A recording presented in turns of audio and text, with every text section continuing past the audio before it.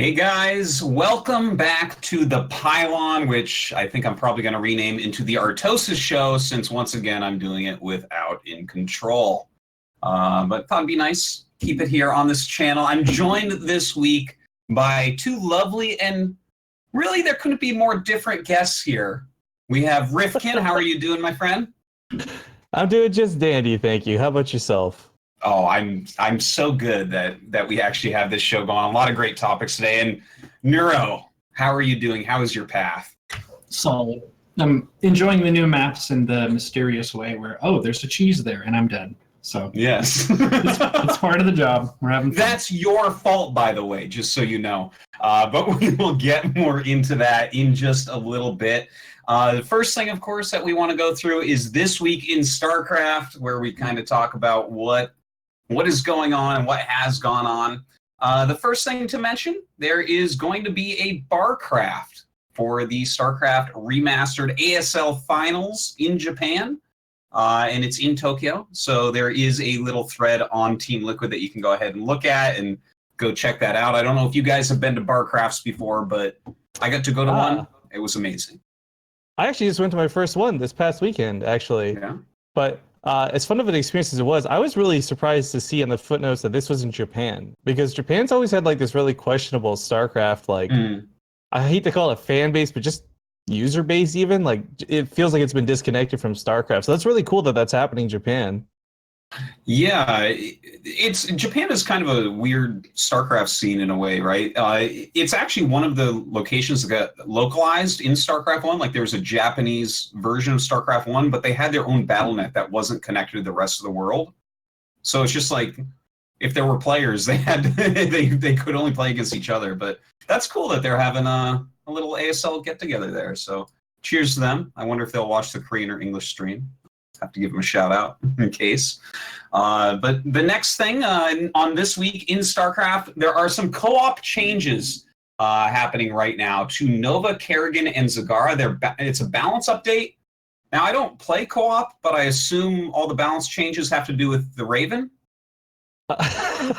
You know, I'm actually a huge co-op advocate, by the way. Okay. And co-op changes are always funny to me because some of them are just so like there's a big change where they made it so none of the spore crawlers did bonus damage to biological anymore.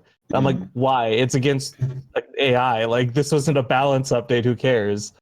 I think their goal with co-op, from what I can tell, is just to make things more fun whenever they do make changes. Like they recently tweaked Swan, one of the most basic commanders, just to make it more fun, more playable. So they seem to be on the right track with it, but I'm really upset because they're not updating any mutations, creating new challenges or new maps. They're just constantly updating what's already there. But I definitely would love some more new content. Do you play any co-op, Neuro? Yeah, I've played some. I do mutations with my brother every week or so. It's pretty surprising how large and enthusiastic the co-op community is. And I think some of these balance changes really help a lot, especially if you're playing it on the harder difficulties, where sometimes we would get a mutation and it feels like you have a small set of commanders you can choose that'll be successful, as opposed to all of them kind of having an even shot at it. Yeah, it's kind of interesting just how many people really do like co-op, and it's cool that they're keeping it like very, very updated. We see that, like I remember when we went to the StarCraft Summit Rifkin, they were saying that like there's a lot of players for this. It seems like they have a whole team that's just constantly working on it as well. Like, I don't know if the stats ever were publicized or not, but for those watching, like, it is a surprisingly large percentage of the StarCraft user base that plays co-op. Like, to the point where it even astonished me. But then I think about it, right? And I like almost never sit in queues for co-op, but like on ladder, queue up 2v2, you're there for like 3 minutes sometimes, and it sucks. I think part of the allure is the campaign dynamic. People love RTS, but multiplayer is so stressful. Co-op really takes a big edge off of that frustration of having an oracle come in and zap all your workers. It's a bit more predictable, and it feels like a You get to make the oracles. Feels good. You've got to be the oracle. I love just having a giant laser drill that you don't have access to on the ladder. Like, it's great. Well, if you're Protoss, you have access to that, right? All right, so the new balance updates, that's cool. Hopefully they keep that going and doing a great job, no doubt about it. And that post, I think, was actually made by Monk, the old StarCraft guy. So cool to see that he's over there working hard on it. He used to be the one who was spearheading all the Team Liquid map contests, for those who don't know. Oh, was he? Okay. Well, Monk has always been very involved, so cool to see. Another thing about this week in StarCraft, Cyan Chill chats. Oh my God, there's too many C's here. Cyan, of course, Cyan, he's the content creator. Chill chats. Okay. On Friday at 1 p.m. EST for the next edition, it's going to have Penguin. He's the Psystorm Gaming. What is he? Is he a pro gamer? Is he a commentator? Is he a manager? It seems like he kind of dabbles in all three. Penguin, actually, he's not too bad of a player. He played in BTSL this weekend and got pretty far into it too. But yeah, he's like a jack of all trades, I'd say. Yeah, a little bit. A lot of people don't know he actually started base trade DV with me back when it first got going too. Really? Mm-hmm. Oh my God. And then it's like he had a bunch of Bitcoin and then he sold it all, man, because base trade is so big nowadays. All right. Well, my insanity, so. Yeah. You can see that on Cyan Esports on Twitch, or you can go to his YouTube channel, youtube.com/Cyan Esports. Have at you number 15 with Shamtu. The bi-weekly Brood War tournament is going to be on Sunday, May 27th at 3 p.m. EDT. And that's going to be on Twitch TV/Shamtu. That's a really cool tournament. I covered that a little bit before, where we had a Korean versus Polish Terran in the final, which was really cool. And it was a 3-2. So really, really close, good match. And definitely worth checking out as far as Brood War goes. Not a lot going on with that. Already talked about the Japanese ASL Barcraft, so going to go ahead and jump down to the ladder race and open qualifier signups here for WCS. So basically the next season of Challenger is starting up.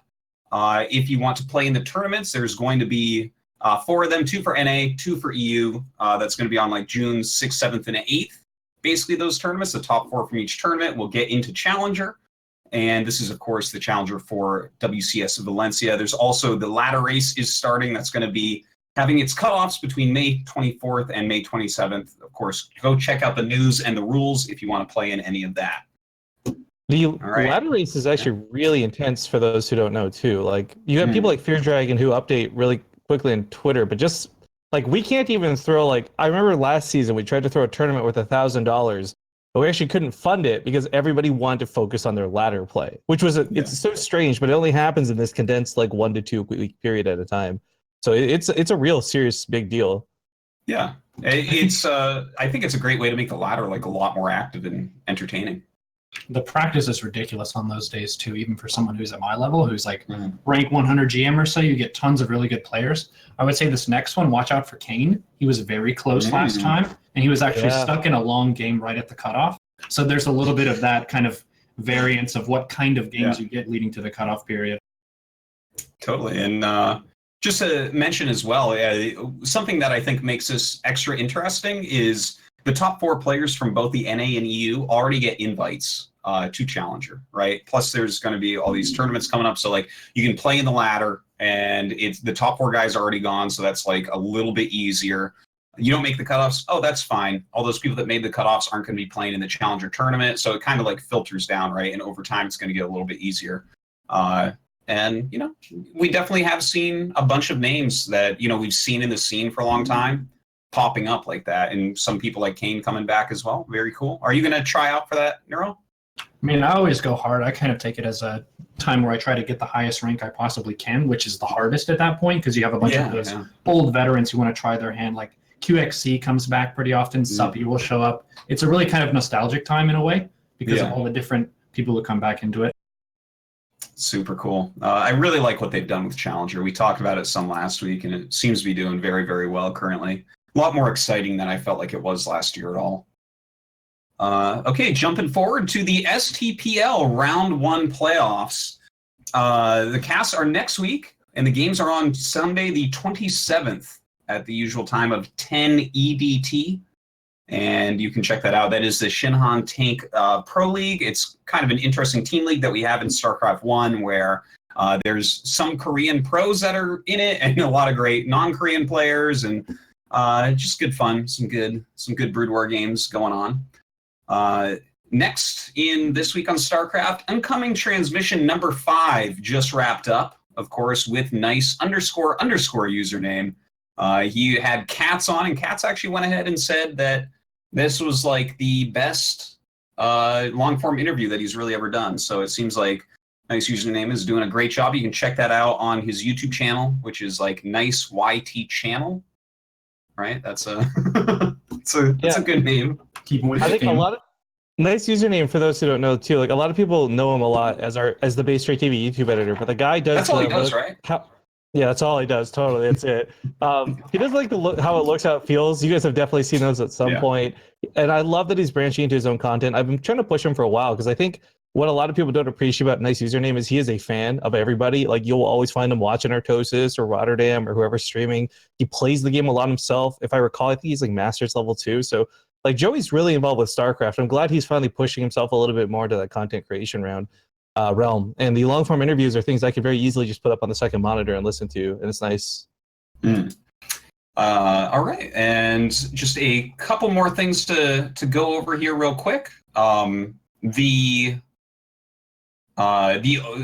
Asia Games has just announced it's going to have, and this is like an Olympic sports thing for Asia only. It's going to have League of Legends, Hearthstone, StarCraft 2, PES, Clash Royale as well. What is PES? Does anyone know? No?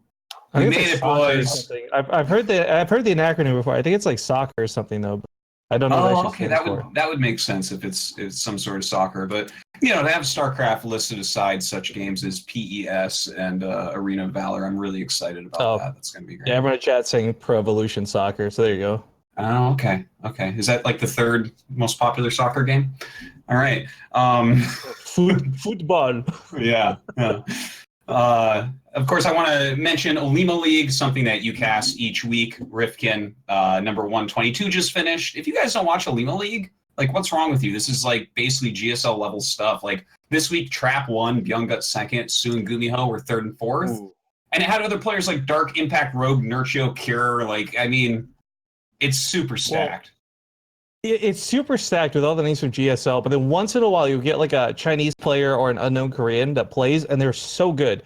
Like there's a guy who lost in the first round to Lucira, but it was like an hour-and-a-half long series because these were like really good games. The guy had some of the best reaction time I've ever seen, but he still lost. But like the thing was, these were great games. So yeah, there's always Crank for Korean, Base Straight TV for English, Take TV for German, Sinsen for Russia. Like there's tons of coverage of it. So you should definitely make sure to check out the VODs, even if you can't watch it live, because there's so many good games. Which Chinese player was that? Because I actually did get to tune into your stream a little bit during that, and it was like Chinese characters, and I just saw like Lucira losing to Carriers to a Chinese pro house, and I'm like, what? Yeah, his name was Firefly, we believe, or Butterfly. We can get a direct translation. It's one of the two, but the guy just impressed. I was very impressed with him by the time the series was done.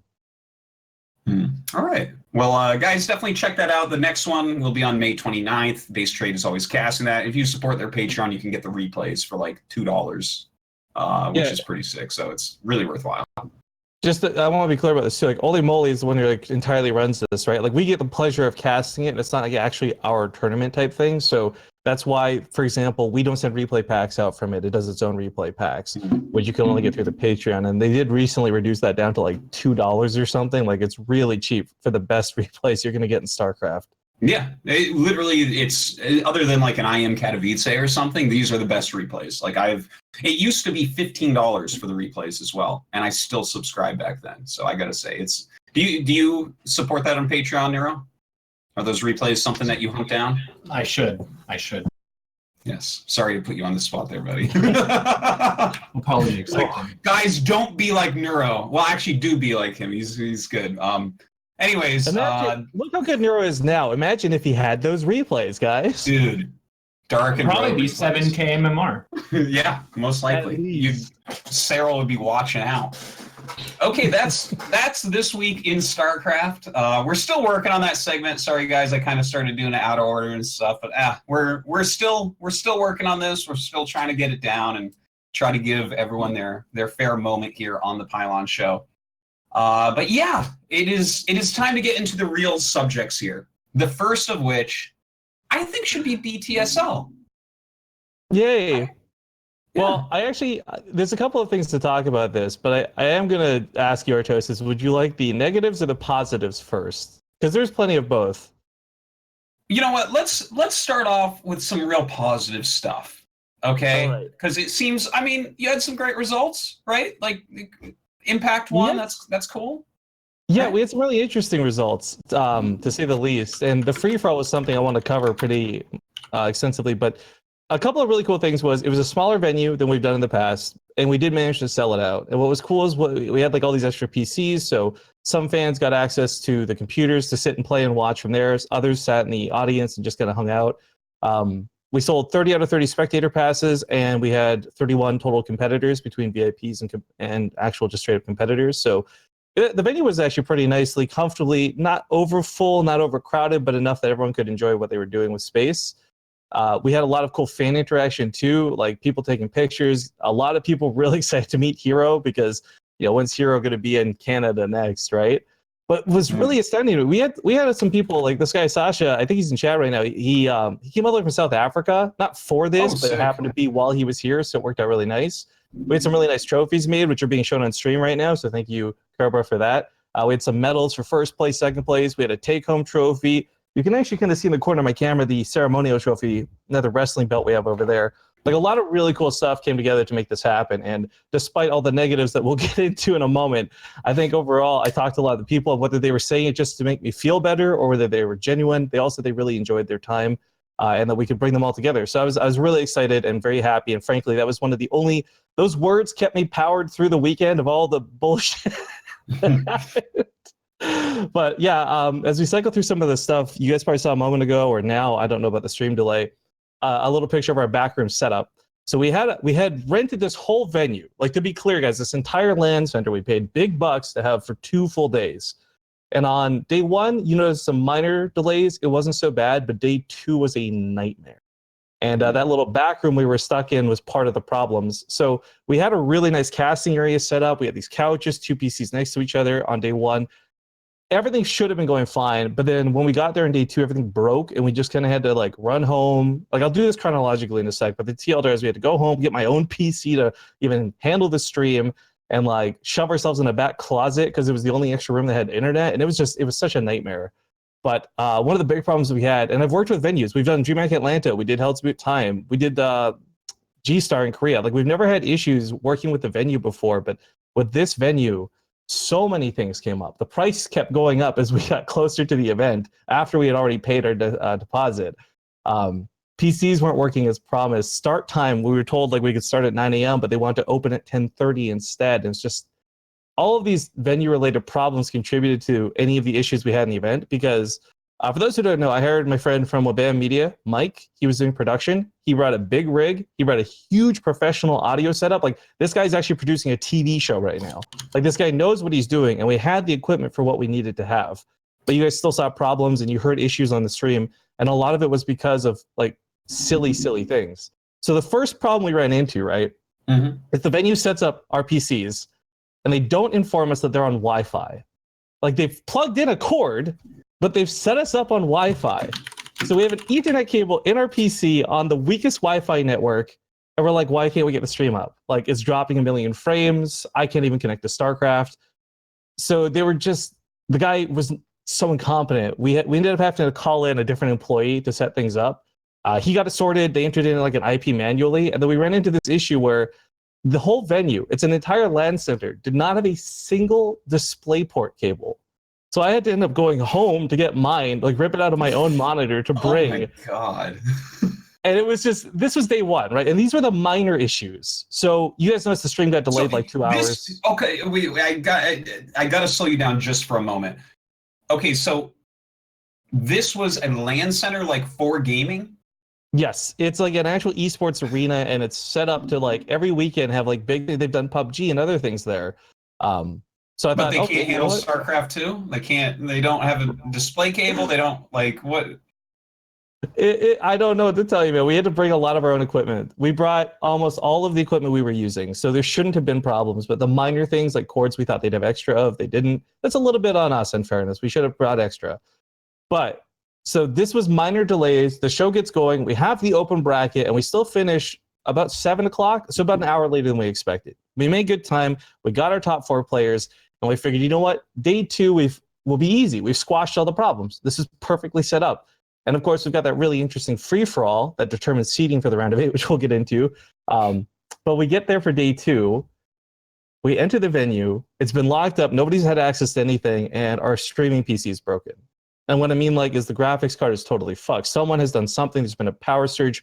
We have no idea because nothing should have happened. So that's where we had to rush home and get the PC I use for streaming normally. And unfortunately, the PC I use isn't set up to accept a lot of big TV show level production type equipment, right? It's a home PC. So it led for some weird audio things happening during the stream. And of course, it wasn't super perfect, but it worked. We had the show going, or so we thought. And then the internet in the entire room stops working. And we have to pick up and move to a completely back room closet corner of the venue. We have to run out to Best Buy while we're doing this to buy new cables because we can no longer reach the cameras we had set up for the players. It was such a problem, and it delayed everything from the start. And that should have been the end of it, because once we got everything set up in the other room, we got the stream going, no problem. And even though we had the whole venue rented for ourselves for a private event, and this had been made clear to them several times, they, without our consent, started letting public in around 6 o'clock. These 20 some odd people came in and started downloading Fortnite patches and Siege through Steam. And wouldn't you know it, 30 people downloading things causes internet issues. The whole thing was lagging so bad, Hero couldn't download and patch the Korean version of StarCraft 2 so they could read the text in the game. It caused massive delays. It was beyond frustrating because these guys were just getting in our way for everything. And even though the LAN center, because if you guys don't know, by the way, for any event, WCS, DreamHack, the standard thing is you have a player setting up on their PC, and you have the on-deck player set up on a different PC, which you'll then unplug, bring, and put up on the main stage to save time so they don't have to redo all their settings. The LAN center was supposed to disable the admin setting that wipes the PC when you restart it. They didn't. So Drogo spends 40 minutes setting his PC up exactly like he wants it. We unplug it and move it. StarCraft's not even downloaded when we plug it back in. And with the internet being as bad as it was, we couldn't, obviously, it was 2 megabytes a second download. It was just yikes. It's a disaster. And the thing is, this is entirely on them. This is not something we could have ever prepared for. And it was frustrating because the stream got a bad show. The audience, which absolute saints that they are, they stuck through it. And this ended up delaying the show by 3 hours, and we had all these problems, and it was such a nightmare. And we had to spend something close to $700 more than we anticipated through buying new equipment, new cables. And I mean, even if things had gone smoothly, I think if things went smoothly, this would have been an amazing event. But we lost our front page time due to delays. We lost a lot of the audience, and I think some respect from people who had never seen it before. They tuned in, they're like, what a joke this was. And this is supposed to be our flagship thing, right? This is BTSL Season 1 to launch it off. So it was beyond upsetting to hear that the venue, or just to see that the venue was doing all this. So that's the negative stuff out of the way. That's all the nightmare stuff. And I can't, we've had bad experiences, but nothing like this before. It was just beyond what the hell. And I honestly think one of the lag issues we had may have even been what cost Hero his spot in the semifinals. Hero went out in fourth or something like that. He didn't even make top 2.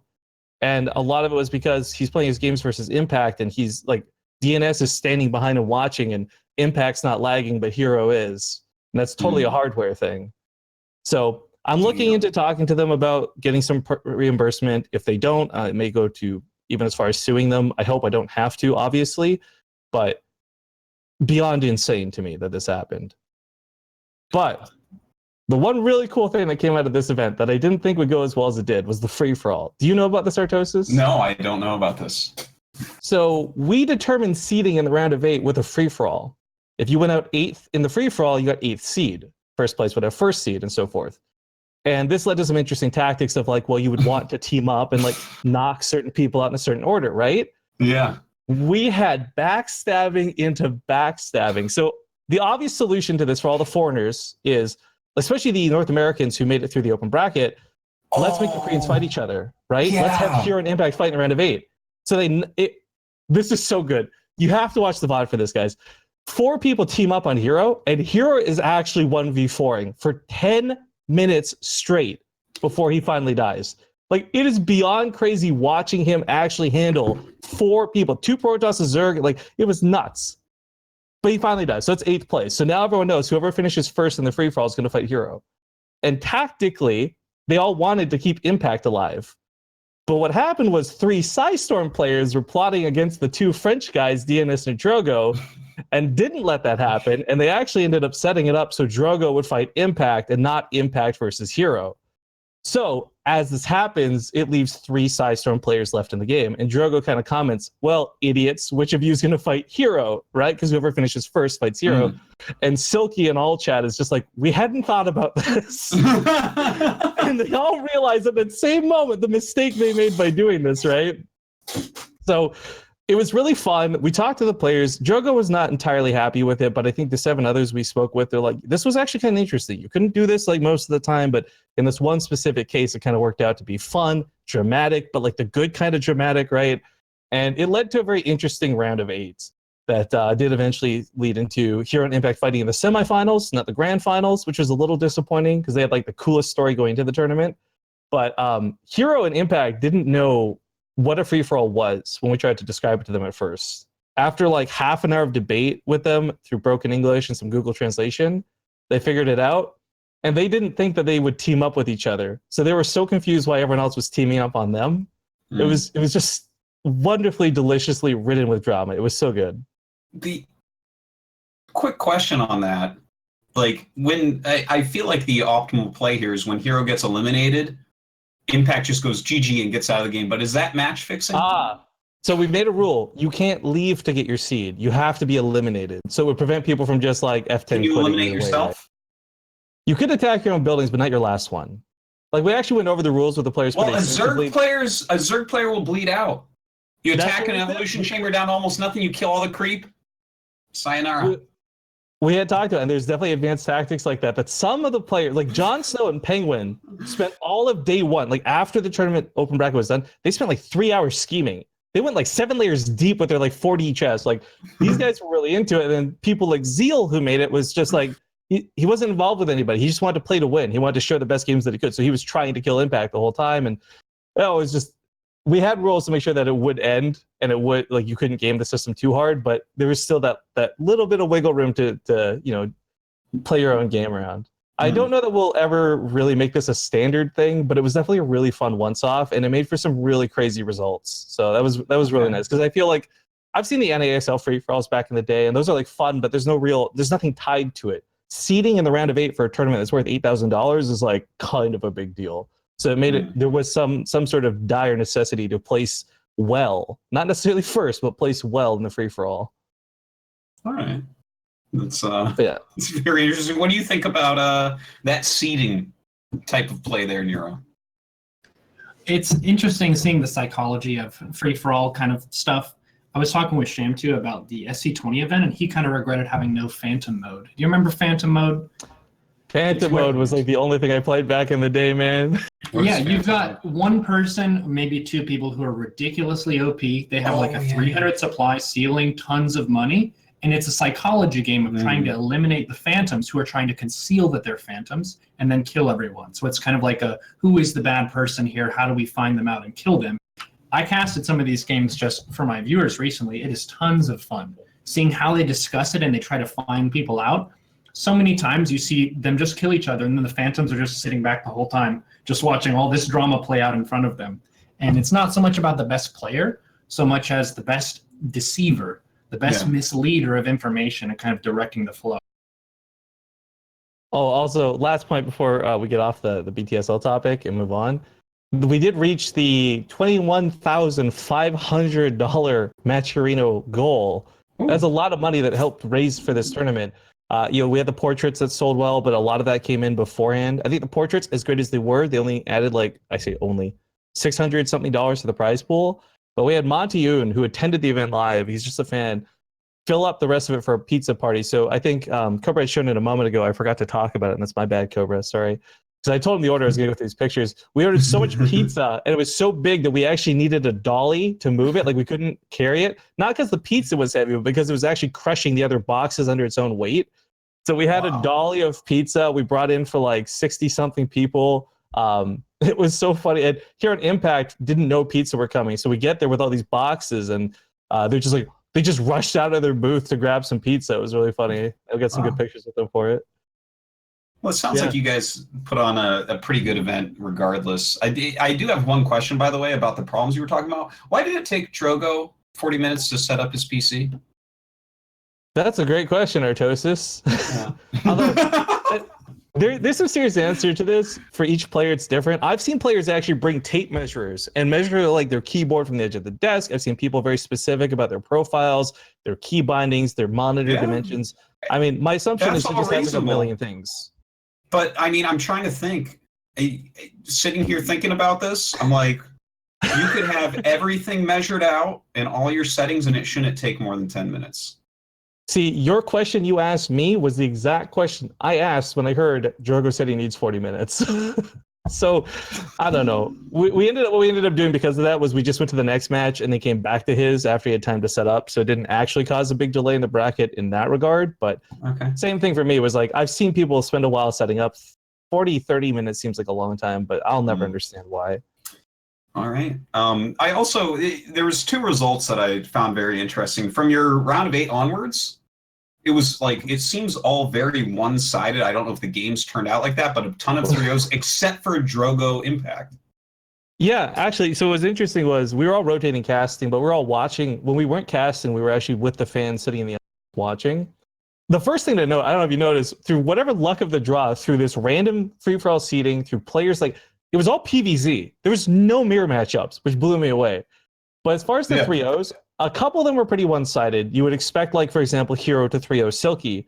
But Silky actually gave Hero a pretty good run from his money in the first 2 games. And I think it was game 2, he was actually in an almost winning position at a point where I went, wait a minute, what? Like, on the cast, I literally said, what's happening?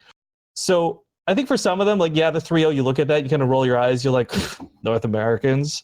But honestly, guys, like, some of these games were actually a bit closer than the 3-0 tells. But Drogo and Impact was definitely, like, of the entire tournament, probably the best one to watch, especially that 5th and final game. Silky is strong. I know a lot of people have that relative perspective of seeing the Titans fight against new talent. Whereas if you're on the ladder, Silky kicks my ass every single time. He's very strong, he's very fast, and he's moving on to the next step way quicker than most people. So I would not be surprised to see him challenge a bunch of those really good players. He might not win, but he's definitely going to hassle them a lot. I think actually what sucks is of the entire round of 8 to the finals, the only match I was disappointed in, and I say this like hesitantly because I don't know cause and effect, but here on Impact, the 3-0 for Impact was cool because if you guys don't know this whole story, and I won't go super detailed, but at the start for the qualifiers, Hero beat the shit out of Impact. And then when they fought the first group stage, it was kind of close, but Hero still beat Impact. Then in the second group stage, Impact beat Hero. And then for the very online finals, Impact floored Hero. So for the offline finals, it was going to be like the final showdown of a guy who was like kind of risen and traded power. And it was really cool. But that was also the match where we had 20 people come into the venue, lag, PC issues. And I really honestly don't know that was a fair 3-0. Like, I think Impact still would have won, and there's a lot of arguments to be said. Like, there weren't a lot of micro mistakes. There was more macro and, like, build orders. But I always, in the back of my head, I'm going to be like, I know the venue is fucking up at that point. Hero was not playing under ideal conditions. I wish we could have done that one perfectly, but we couldn't. One of the things to factor in, too, is the mental side of facing technical difficulties. It really throws you off your plan, where instead of focusing on, this is my next series, this is my plan for each of these maps, you're like, how do I get my setup to work properly? And your mind isn't really in the right place. So I would say that's more than just maybe he's lagging, but he's also kind of thrown off mentally. Just so you guys are aware, by the way, Hero was playing under the non-optimized, like, you know when you can download StarCraft and it says playable but not optimized? Yeah. He was playing under the version where you just keep getting that spinning circle at the top of your screen too. That's like, because it's not optimized, it's still downloading. And that was his choice. We told him we could wait. We actually at one point even offered the players to say, screw it, we could just axe this LAN and like finish it online. But they all wanted to finish it there. So it was Hero's choice to still power through it. But again, like, you've got that spinning circle that's telling you every 3 seconds, hey, you're not actually playing the best version of StarCraft. That's got to be distracting. Damn. That is really rough. But it seems like it was still a good event. And one other result I did want to bring up, your Terran representation. And the Wardy fact is the that only one. literally the highest finishing Terran you hired as a commentator there, Wardy getting 9th through 16th. Wardy was the only Terran player to get any prize money from this tournament. $130. I was surprised. Why did no Terrans go to this event? What is going on? It's interesting because there were some problems with the online part of this. Like, first off, Euthermal had intended to play because apparently he was going to be in Mexico around the time of the event. So he would qualify for the NA qualifier, fly up. So he signed up. And the sign up alone of Euthermal deterred a lot of players from showing up for that qualifier. And we had 3 people show up total. Jon Snow, I think it was Panda Bear, me, and one other. And just like the North American turnout was not there. And I messaged people, and a lot of them said like if they had the flight cost, they'd come, but they didn't play for the qualifier for the flight cost. So I'm just kind of like, what? But yeah, locally, not many Terrans. A lot of Zergs and Protosses locally showed up for the open bracket. But yeah, I was really sad because Innovation Gumi Hill lost pretty early in the online round, so they didn't get anywhere close to the actual flight coverage. Same with Europe, although in Europe there is less Terran representation in general because you've got so many Zergs, it's expected, but it ended up being 2 Protoss that made it through, so I don't even know how to explain it. We just had no Terrans in the event, and I was really upset about this at first, but honestly, again, like the games were pretty good. I never found myself bored of the PvZ dynamic, even though it was all PvZ, because everybody played so radically different. So I wish there was more Terrans, and Wardy's games that we cast against another player named Fry were actually really entertaining, but yeah, he was pretty much like the only Terran. Yeah, that's definitely a weird one that Wardy is your highest finishing Terran, but good, congrats to him. That's pretty cool. An extra $130 apparently in his pocket, so well-paying event. I did make him buy a player pass. He didn't just get to play for free because he was for fairness sake. That's good. Okay, one final thing about that. Like, I know obviously you had a bunch of things that went wrong outside of your control, but is this deterring you from future offline events? What do you think about that? Like, when's your next? We actually talked about this at the venue, and I've talked about it online a bit. And the meme became Season 4. Everyone's saying Season 4 will be the next offline one. But I don't know when the next one will be. It's a big money thing, right? Like we raised almost $22,000 at Match Reno, but it still costs like another $10,000 to $15,000 to make all this come together, to pay all the casters, to pay for the flights, to get all of these things, plus a prize pool. So it's hard to say like we can just throw one whenever. But I think if I have the money for it, I'm absolutely happy to do the next one. But the next couple seasons are going to be online purely. That's the reason we have that ceremonial belt made up. It's like a wrestling belt with little extra things on the side, so we can etch in each season's winner on it, whether it's online or offline. And I think that, well, the meme is for Season 4, whenever we have the money, I'll do another one. I really like doing these live events. Just as a personal aside, I think the coolest feeling about it is you are bringing people together. Like, yes, you can have 3,000 people on a stream, but the reality is you don't feel like you've brought 3,000 people together as much as you see 60 people sitting in a room together talking about StarCraft or talking to you about StarCraft. So I definitely have this desire, no matter where I'm at, as long as I'm doing StarCraft, I want to do more live events, but it is such a money restriction thing that it's not easy to just do all the time. But yeah, it's not going to deter me. I want to do more. I want to do more at a better venue, any other venue. But yeah, so we've done one in Toronto, we did Atlanta, now we've done my hometown. I don't know where next, but I definitely look forward to doing more in the future. It's just a question of like where, when, and who's going to be with me, etc. All right. Well, very cool. Thanks for putting that on. And sorry everything went wrong. Everything did go wrong, and I really, it's so hard not to focus on that, but when I do look at the bigger picture, we still put on a show. The fans still got to come out and meet their players, regardless of whether the show was good or not. And there's a lot of hanging out too, like after hours and like going to the bars. And I think for a lot of people, that's the stuff they're going to really take away from this. Yeah. Plus, there's really cool little pins made up that everyone got to take home too. But yeah, I think that it did suck. There's a lot of problems, but I still come out of it with an overall positive experience. Oh, nice. Very cool. All right. Moving on to our next subject here. We touched on the new map pool a little bit last week, but it was just being introduced. Didn't have a lot of games on it. And actually, I even brought up, Neuro, that you actually wrote up a bunch of stuff for Blizzard on this. So I would love to kind of dive back into that new map pool and talk about that a little bit, as we're seeing those maps pop up just about everywhere right now. Yeah, so it's a new season, and every time we have a new season with new maps, everyone's jimmies get rustled, and it doesn't really matter what the maps are at this point. It's kind of a tradition. Like, to be a StarCraft player means to complain about the new maps and just how horrible they are, and you want to go back to the old maps. So if you see this theme and you kind of set that aside for a moment, these are some pretty cool maps. And to address kind of the tilt, there's a clip that we can play here that kind of captures some of my experience on these new maps. I lost 9 games in a row yesterday, which sucks. It doesn't feel very fun at all. I did write the article. That doesn't mean that I win all the time. It was pretty tough. But yeah, you can go ahead and play that and get a sense for the tone of this experience. Dude, today is one of those days where we just get shit on constantly, and we're playing like crap, like garbage. But you know what we do? Do you know what we do? We keep fighting. We see the glare from the sun. We squint our eyes and lower our cowboy hat. Gun holstered to our hip.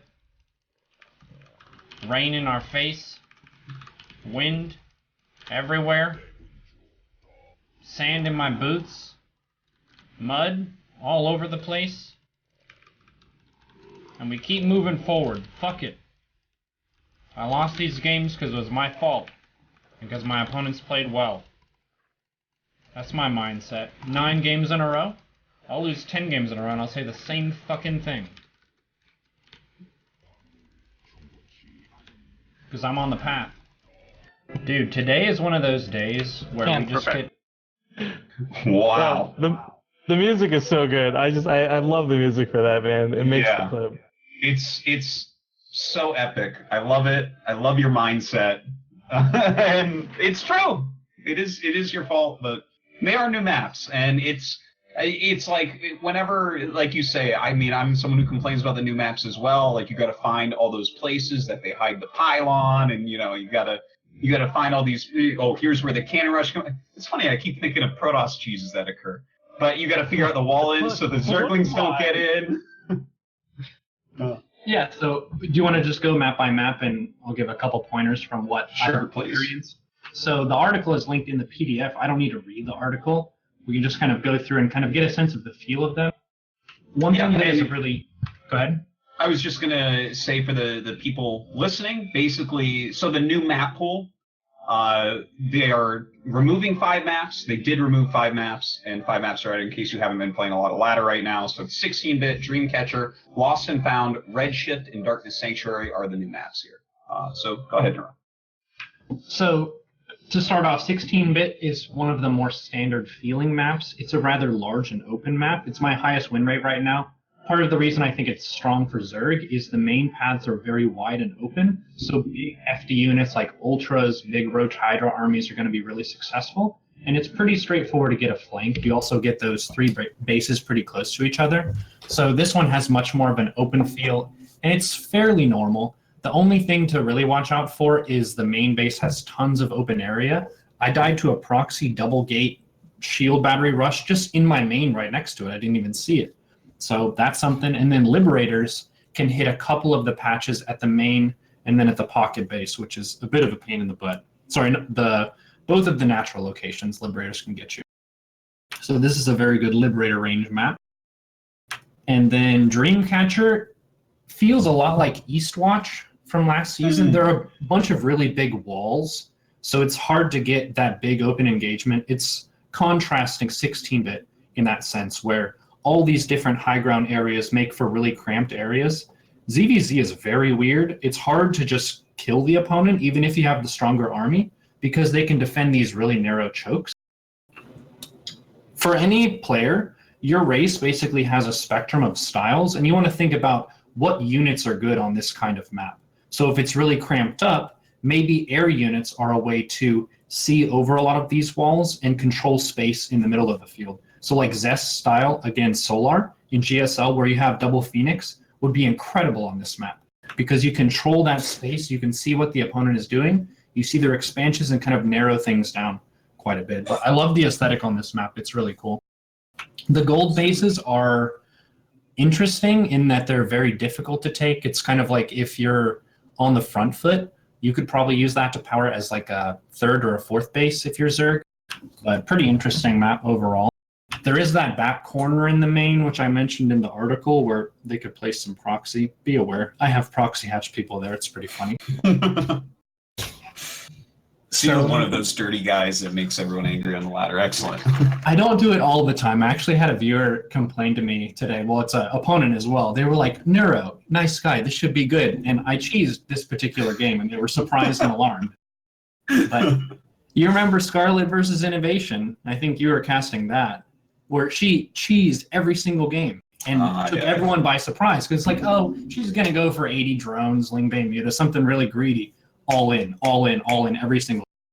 It makes you a lot more unpredictable as a player. Certainly. So Lost and Found feels a lot like Daybreak and Cloud Kingdom in some ways. It has some fairly narrow chokes, so pushing into the opponent with a big army is a little bit more difficult. You do have a couple rocks that protect defenders, and attackers have to kill those to get a really good engagement. It's a very wide map, but this one overall does feel a lot more standard than some of the other maps. As a reminder, the community and Blizzard have kind of discussed over time how different or how similar people want the maps to be. And they decided a while back to increase map variety. So they're more different now than they were back in some of the Heart of the Swarm era, which means some of your strategies need to be more different as well. If you do the same thing every time on all these maps, certain maps is just going to fall on its face. Like Redshift, we're going to get to that. Very different map. Lost and Found, it's pretty normal. So Redshift is the last one, oh no, fourth one that was added. This one you get that pocket gold base, which is very strange. It's exposed from the backside. Was Gemini on last week for the show? Yeah, that's right. He was showcasing a trick where you can build a pylon and push your probe through. Yeah. Into the other side of that. There was a probe against me that tricked through the gold and then set up a proxy 4-gate and killed me. It was amazing. Rustled my jimmies a little bit, but I was applauding that creativity. So Redshift is very weird. If you expect a standard game, you're in for a bad time. It's kind of one of those just embrace the weird and try a bunch of wild stuff. So Redshift is a super aggressive map. And then Darkness Sanctuary, this one almost has its own environmental aspect to it, to where you can't see the opponent. It's really, really dark. Like, they weren't kidding about the Darkness Sanctuary. It actually is super dark. And you can have your... fitting name. Yeah. This is the only one I have really strong opinions on it. I just want to interject. Like, it's so silly that you can't even see selection when they're going on ramps, for example. It's like the only map like that. It just disappears under the ground. So I feel like it was just poorly designed in general. Not by the map maker, by whoever optimized it for ladder. Because Blizzard, for those who don't know, has to change all the maps the map makers make and tweak it a little bit. This one has... Sorry, go on. It has some interesting elements in that since it's so huge, it's really hard to scout, and then with the lighting, it's hard to see what you've scouted. So you have to pay really close attention to what's going on. You fly your Overlord over the enemy base, and the Overlord's flying, and it's like, what is that? Do they have what? I don't know. All the units are invisible basically, but this is a map where you're kind of fighting over the fifth, because wherever you spawn, you get 4 bases, and then your third and fourth are pretty close. The fifth is super far away. So a lot of these matches will revolve around powering up really effectively into your mid-game macro convergence point, and then trying to wrestle the opponent away from their fifth and establishing yours. Almost all of these games that I've played on Darkness end up revolving around who basically chokes out the opponent for their economy, rather than trying to push in and have a better army. So it's pretty fun. If you don't like limited information, this would be the map to veto. Keep in mind, you do have 3 vetoes. Some people complain so much about the maps, but you can veto quite a bit of the pool just through that tool. Yeah. There's politics with this map too, though, in terms of we haven't had a 4-player spawn map for all of 2018. And I'm glad they brought one back in, because I miss the days where you could actually gamble a build because you're hoping your opponent doesn't scout you before like the X minute mark, right? But they brought in a 4-player map that was, I think, badly optimized, not the best designed, and I fear that this might scare other 4-player map possibilities for like the rest of the year, which bugs me, because like I'm really glad we did get another. Like, Whirlwind produced some of my favorite games to cast, 4-player spawn map, and that one was well done. So you bring in something like Darkness Sanctuary, and there's other weird parts I'll get into in a second, but just like the politics of it being a 4-player map in the first place already put a lot of weight on this map, for better or for worse of the design or otherwise. But I'm not sure if you guys have been paying attention to this, right? I only know this, of course, because we cast the Elima League so often. But like this map is just vetoed. Someone put the stats out, right? Like 39 out of 40 times on GSL. But then this is almost, it's not for sure, but almost one of the most picked maps in the Elima League right now. Now, granted, the Elima League does a weird thing where it only provides 5 out of the 7 maps in the map pool. But even when measured up against Redshift and 16-bit, like we're actually seeing people actively pick this map, which makes me go like, wait, what? I'm just so perplexed by the complexities of this map, through its design, through the stuff Neuro talked about, through the politics of it. Like, Darkness Sanctuary is such a weird map in this map pool right now. From my perspective, it does seem like it's one of the more race-balanced maps, though. There are certain ones that seem to be favored for one race or the other in the various matchups. This one doesn't really resonate with me as being particularly Terran or Protoss favored in terms of the strength. Like Dreamcatcher, for example, I don't know definitively, but it feels more difficult for me to play on than, say, 16-bit, which is more open. So that would be my guess as to why they pick it. It doesn't seem super favored for anybody. I think that what you were talking about before as well, with all the maps being quite different from each other and having to play different styles there, we definitely have seen that when this has been played. Like, we saw Darkness Sanctuary in GSL one time. I think like Alive was playing a TVP there, and he was trying to like just use his normal style, and it's like, no. You're walking so far to attack across map. You can't just go attack. It's like you said, Neuro, where you have to take the 4 bases. So it plays very differently. It's kind of funny that it's super dark. But Rifkin, I'm glad you brought up Whirlwind, because I just realized recently, I'm one of the biggest complainers about 4-player maps in StarCraft 2, because counters in StarCraft 2 are very sharp, they're very hard. So like, if you scout someone last, sometimes it feels like, oh my God, what am I even supposed to do here? I scouted you last, you scouted me first, I'm at a disadvantage. But I realized recently that I missed Whirlwind, just 4-player maps in general, because like, I love the maps that we've been having in StarCraft 2, but we haven't had a lot of these 4-player maps that kind of do add that extra level of interesting creativity. And you get like, the map is actually multiple maps, right? Like direct north-south spawns, or like cross spawns are very different. Yeah, all that type of stuff, and the rotational symmetry and stuff like that. What do you guys think about that in general? Because there's been so few 4-player maps recently. I think Frost was one of my favorite maps to play on. Yeah, that was a good StarCraft.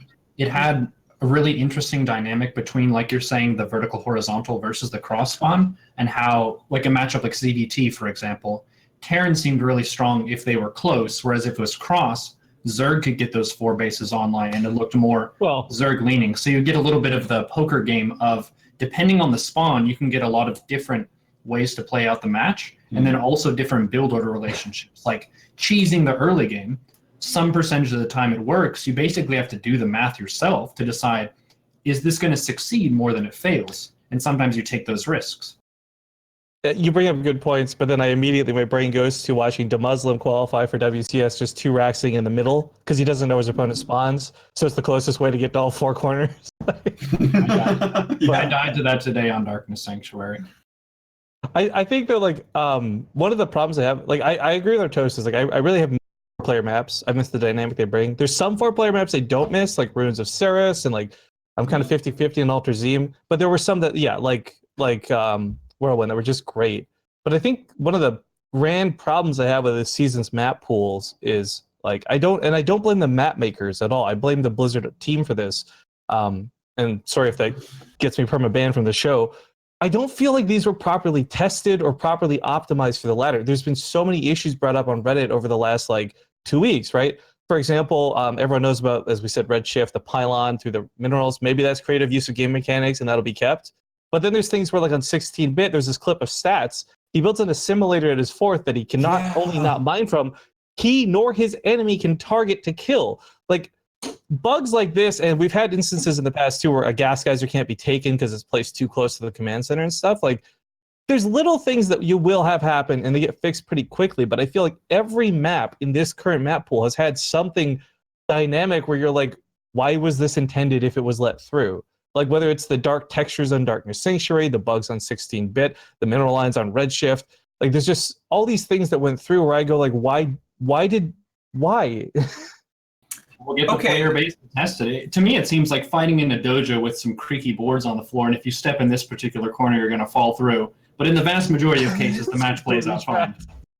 Well, I think specifically, if I could bring up Redshift and that mineral thing, I think stuff like that is actually neat, and I'm really glad that that was found. And I want to see that stay in for a little bit and just see what happens with that, because that could be actually like a cool thing that we just have pop up in StarCraft 2. There's a lot of stuff like that in StarCraft 1 that's made the game more interesting, that there's all these little kind of like glitchy bug things that, like, for instance, you don't have to play that map in that way. Like when I play this map, I'm not going to be jumping probes over except maybe to scout, you know, but like just to have little extra things, I feel like it gives a lot of flavor to the game.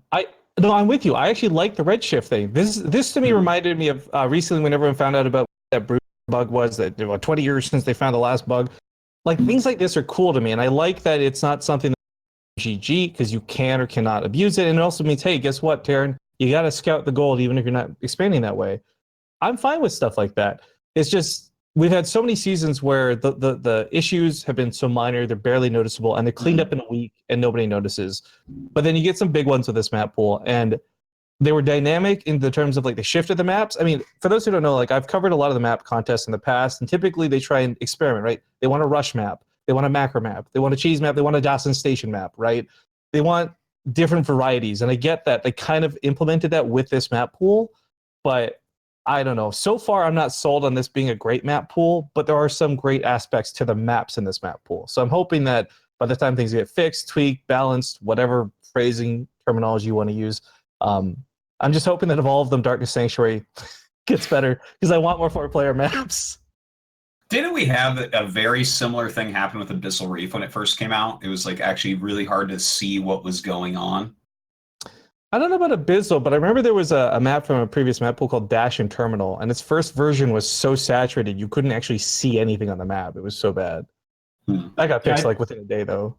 I think Loco vetoed Abyssal Reef early on just because he couldn't see the units very well. Yeah, I seem to recall when I was playing that map, I felt like I was playing underwater or something, and for a little bit there I was very complaining, and I don't know if they patched it or just I got unstupid and able to see my units better. But unstupid. I got unstupid. And look, the darkness on Darkness Sanctuary, I wonder about this, because I remember like way back, I forget, maybe it was like Quake tournaments or something, they would have to watch you and what gamma you have on your monitor, because like if you make things too bright, you can see everything more easily. Can you just do that in Darkness Sanctuary? It just popped into my head. Like you just turn your gamma way up and now you can see everything? But I feel like that should be on the players, really. Like, like that should be on the map, not on the user to have to adjust every time. I'm just saying, you want to win your games on Darkness Sanctuary, turn up your gamma. It seems like an environmental element, though, which maybe they intended for that to be the case, right? Maybe not a bug, it's a feature kind of a thing? Possibly. Well, it's does that make some colors more overpowered than other colors, though? Well, I think it might actually, because what's happening is the minimap isn't affected. It's just like you're obviously peripheral vision and all that. And even observing, for those who don't know, there's an option for the observers. So on Base Rate TV, we turn the team color saturation up to 11 from 0. And if you think it's dark, well, we turn it up all the way. It's still dark. Like it doesn't have the color. So it's even worse when you're playing the game, not just observing it too. So I don't know. I think that overall, though, I'm excited there are new maps. Some of the old ones are getting pretty boring. Like I know you guys don't cast like the grind that I do, but every time we would cast a tournament, it was always Neon Violet Square, Black Pink, and Catalyst in some order of that 3. And I'm glad that this changes it up a bit because I do want to see more of other maps. Yeah, and those maps kind of produced, well, at least Neon Violet and Black Pink produced really long games. I actually, just kind of like a related subject, how do you choose maps for your tournaments, Rifkin? Like, what are you looking for when you do that?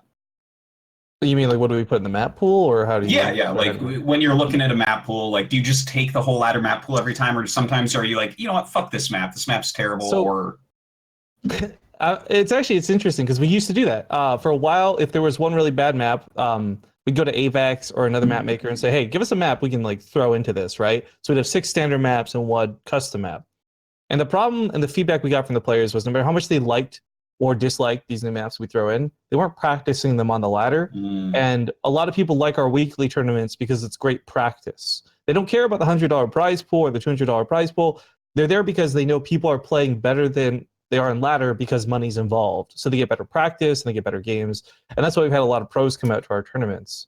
So unfortunately, for better or for worse, we have stuck with just the standard ladder map pool for the last few tournaments we've run. As mentioned, the Alima League, it's Crank and Olivia each season just get together and decide to axe 2 out of the 7 maps. So it does force people to play on some less standard, sometimes more standard. It varies per season.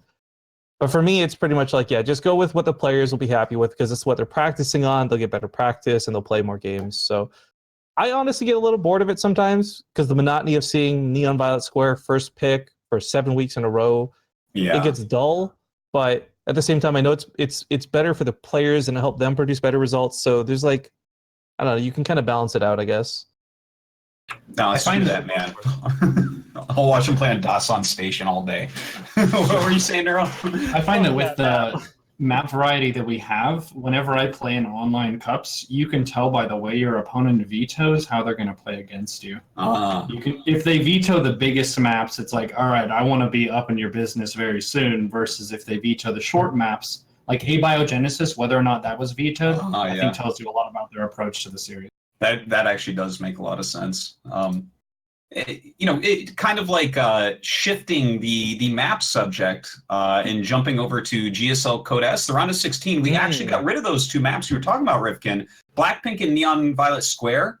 Both have been taken out of the GSL map pool, and we have replaced those with Dreamcatcher and Lost and Found. And out of these new maps, Neuro, what do you think about the maps that have replaced them? Like, are these the best 2 maps? Do these fill the void left by Neon Violet Square and Blackpink specifically?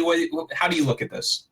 I think it adds quite a bit of variety. Blackpink, I think for your standard player, that was one of the least vetoed maps. We really like Blackpink. It's good most of the time. But at the highest level, when you get those really good caliber players who know how to defend the early to mid-game stuff, they get into a lot of those split map scenarios, which I think Blizzard doesn't like too much, if I could guess at it, where you have Raven Ghost Lid versus some kind of variety of stuff, which I think makes for really epic games, but they're long games. So that would be my guess as to why that would be cycled out. But it's always cool, I think, to see the pros play on the active ladder maps because that gives you some learning material, right? Because you get to see, okay, they took this approach and either it did well or did poorly for these reasons. There's a cool trickle down to that too, because whether you're getting replay packs from like the Illuma League or Base Trade or whoever, or you're just watching the games and writing down the build go, it's something that like a play. I mean, every time Sue would invent some new proxy after talking to cats, you'd see it on the ladder for the next like 2 weeks, right? So I'm glad to see some of the ladder maps brought in because it means that yes, we get to see more games we're relatively familiar with, but also I think for the players, whether you're like Grandmaster or lower leagues, you get to see maps and builds you could try it on those maps. Yeah. I think for me personally, as someone who, like, I basically just play ladder and watch pro games, so I love when they rotate in the actual new maps. Like, there's nothing that I dislike more than watching maps that I know I'm never going to play. I'm like, well, that's not on the ladder. I can't learn anything about this, what I'm seeing here. This is a very map-specific cheese. It's like, there's no take-home, I guess, for people who are doing more than just watching, like if you watch and play.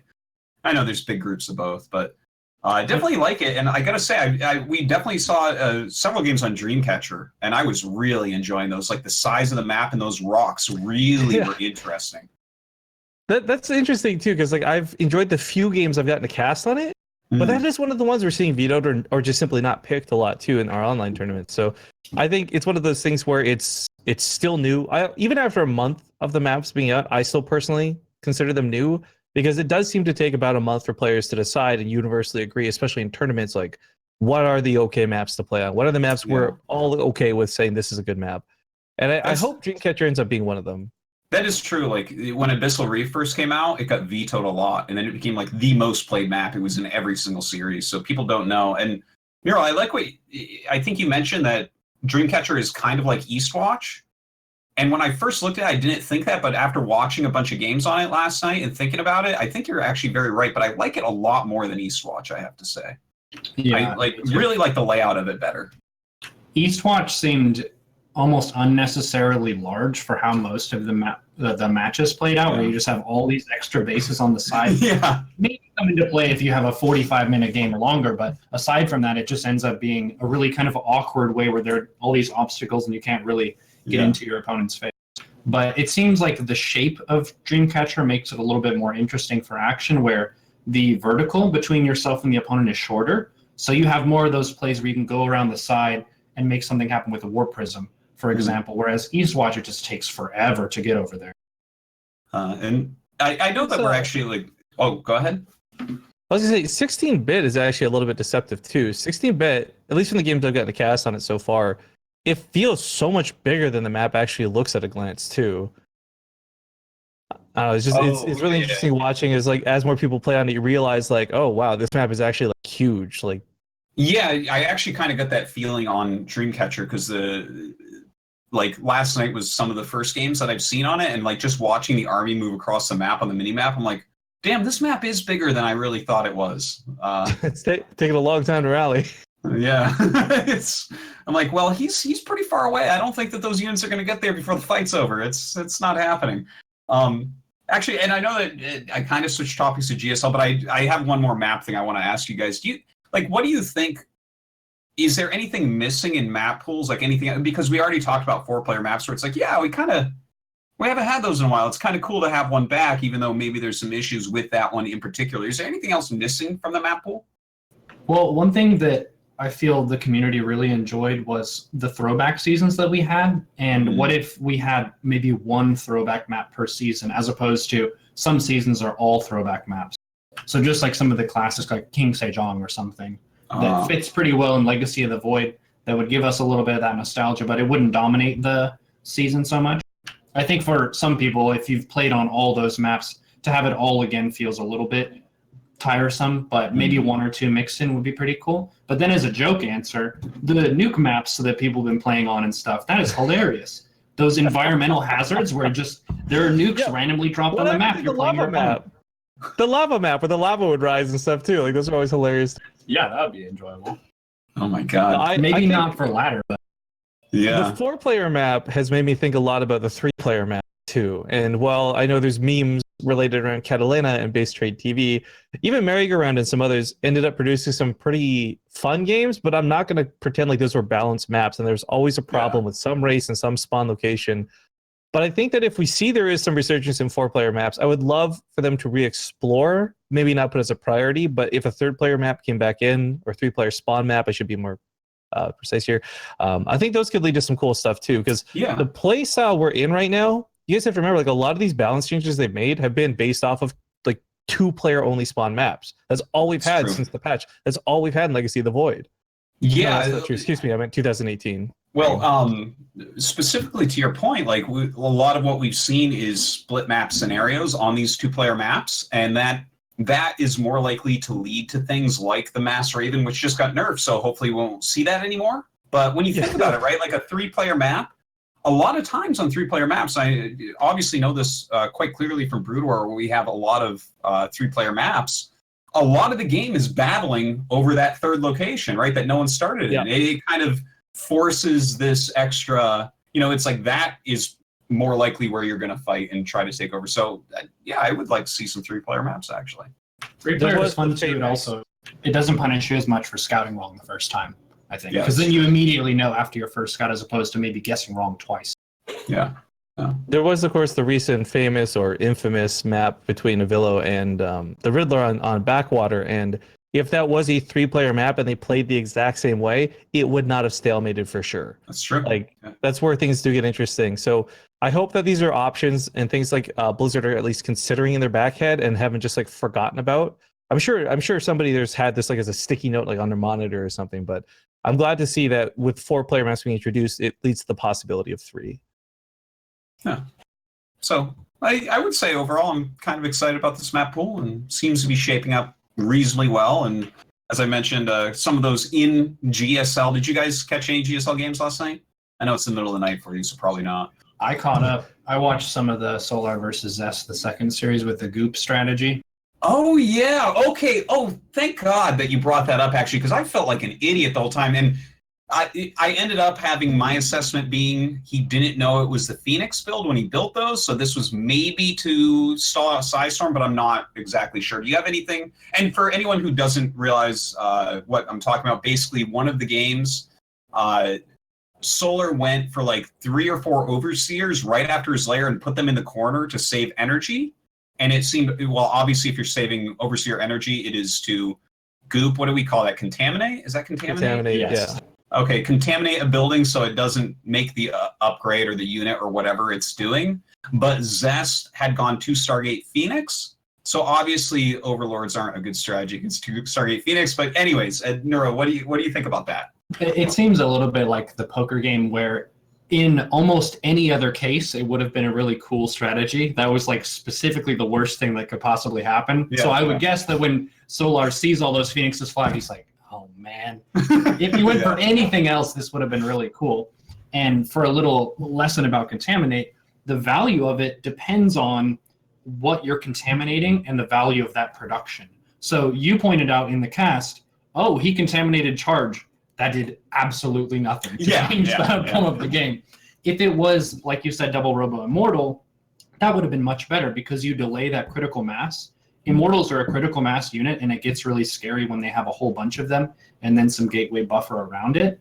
But he wasn't able to get the contaminates on the stuff that mattered in a way that impacted the game, and that's quite a bit of gas. Like, that's 50 gas per Overseer, which could have gone into a Lurker Den or something, for example. So that was one of those situations where Zest's game plan was a pretty cool one, kind of a almost Rotterdam strategy where you go for Mass Phoenix.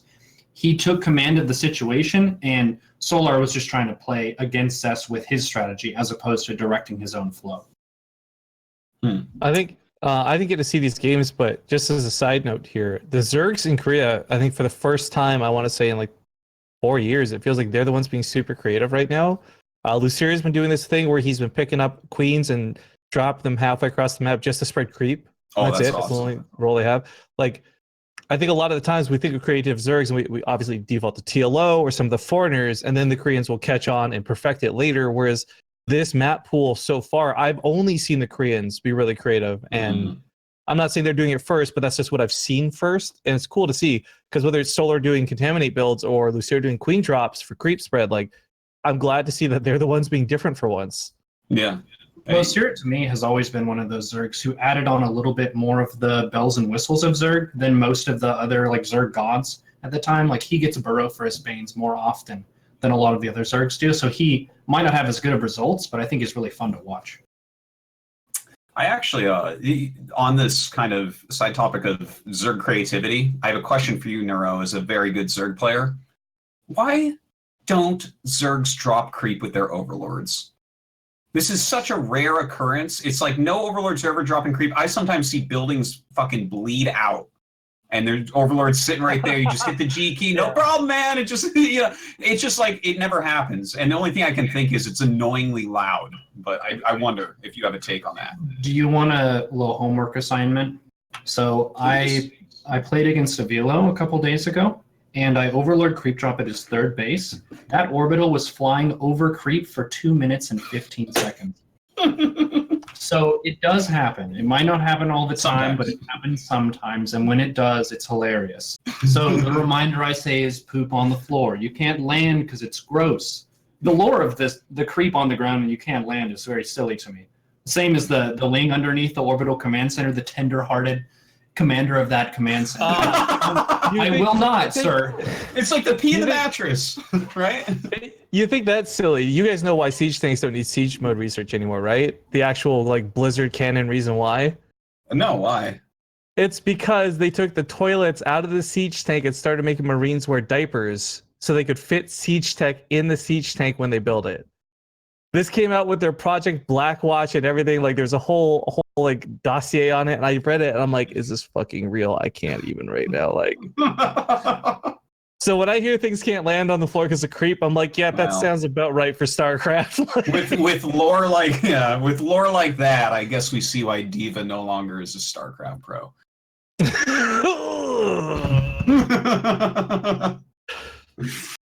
Oh my. Well, that was the GSL. The round of 16 just started up again, so we have crazy games. That was a good group too. Definitely, Mary, you want to check out the rest of that as well. Well, I guess you're a Zerg player, but it's I don't know if we're skipping over, but I'm really excited Yeah. about these upcoming groups actually. Yeah. Specifically Group B, Oh, but I know. like it's not just that there's great players, right? You're like, oh my god, these players are so good. But like I actually I don't know if I'm crazy on this one. I don't know if you guys are with me or not. I actually think both the Zerg are getting out of that group. Yeah. Like, I hate to say it, but I think Innovation's not going to place any higher than fourth. Fourth? I don't know about that. Like, I'm like, we went over the groups last week as well, and I was looking at this. I'm like, I could see Sue winning the group, and no matter what, Rogue's getting out of that group. In fact, he's winning the season. This is my new thing, by the way. I say Rogue wins every tournament he enters because that's. Well, eventually you'll be right. Yeah. Can someone post the Reddit image that was made of the 3 wolves and the deer regarding Group B? I didn't see that. That's amazing. It was really good. That's what's Deer recently lost to both Rogue and Impact in the stage. So Deer for me is like a player that he's going to be either third or fourth, like regardless. And the only reason I think Innovation might not do so well is because I think even a GSL, who was it? Was it Dark? He lost to a Zerg already before in the previous group stage. And this, generally speaking, like I think Impact 2-3'd him in one of the Elima League finals. That Hangzhou tournament, I didn't see the games, but I saw the results, and I think he lost to Rogue. And with Rogue being in the group, like there's just so much of this that makes me think Innovation is not getting out. Neither will Deer, just based on previous results. But then also, he's like the best Terran in the world, so I could absolutely be wrong about Rick, that. can you take that back right now? Maru is the best Terran in the world. There is just not even a question about it. My bad. My point though still stands where I think like Innovation and Deer are not making it out of that group, and there's not many GSLs I can ever think of where you've had 2 Zergs get out of a group. Like usually the Terran prevails in some way because you've got Maru or Gumiho or Innovation or somebody. So Group B's got me really interested in what the results will look like for that. But I'm also just on the Rogue and Sue hype train so hard that my bias shines through for that. One thing that I saw a Muslim post on the StarCraft Reddit was how these groups were decided before the patch to Marauders and Vikings, and how he was really excited to see the difference in how one of these groups play out.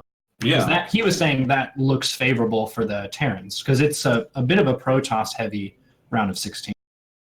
Yeah, that makes sense. So I actually looked up their stats for Group D because that's going to be TVT or TVP, excuse me, right? Mm-hmm. And prior to this patch, Beyond and Gumio have really bad TVP. Like their results are not there. Even with the patch, Beyond just lost, as you mentioned earlier, 1-3 to Trap in the Elima League. I don't know if these changes will rescue them from their current loss records, but Beyond and Gumiho, they've just had such a bad time versus Protoss recently, and I get the pleasure of seeing them all the time in the Elima League against players like Stats. So, that's one where I want my I got the big Terran crush on Beyond. I want them to get through the group, but I don't know if they can, even with these changes.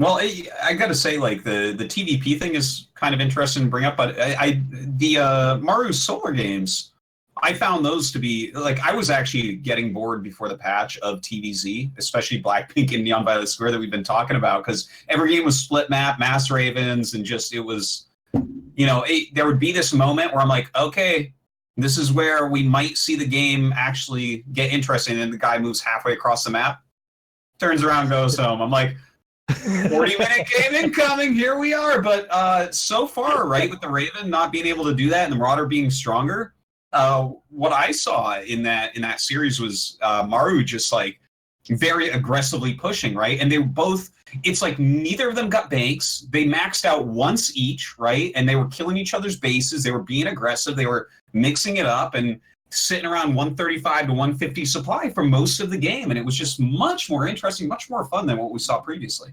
Yeah, it definitely rewards Terran being more active on the map for Terran versus Zerg. I agree. I felt this in my games. Whenever you have a Terran who opts for that Raven Ghost, it shifts from can we fight each other and decide who wins to who can more efficiently use their side of the map against the opponent, which is, like you're saying, a 45-minute task.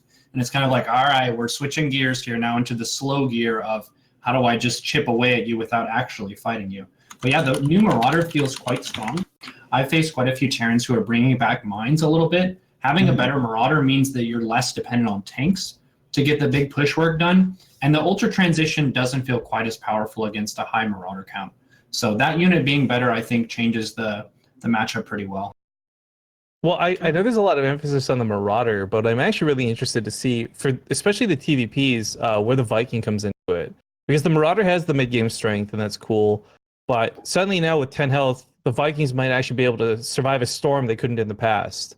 They might be able to take that extra stalker shot that keeps them from sniping off that last Colossus. Or, there's all these little tweaks to the Terran that I'm really curious. But I think between the TVZs and especially the TVPs, I want to see how the new Viking holds up with these guys, because I mean they're the cream of the crop. If anyone's going to show us how these new units work with the buffs, with the changes, it's going to be beyond. It's going to be Gumi. It's going to be innovation.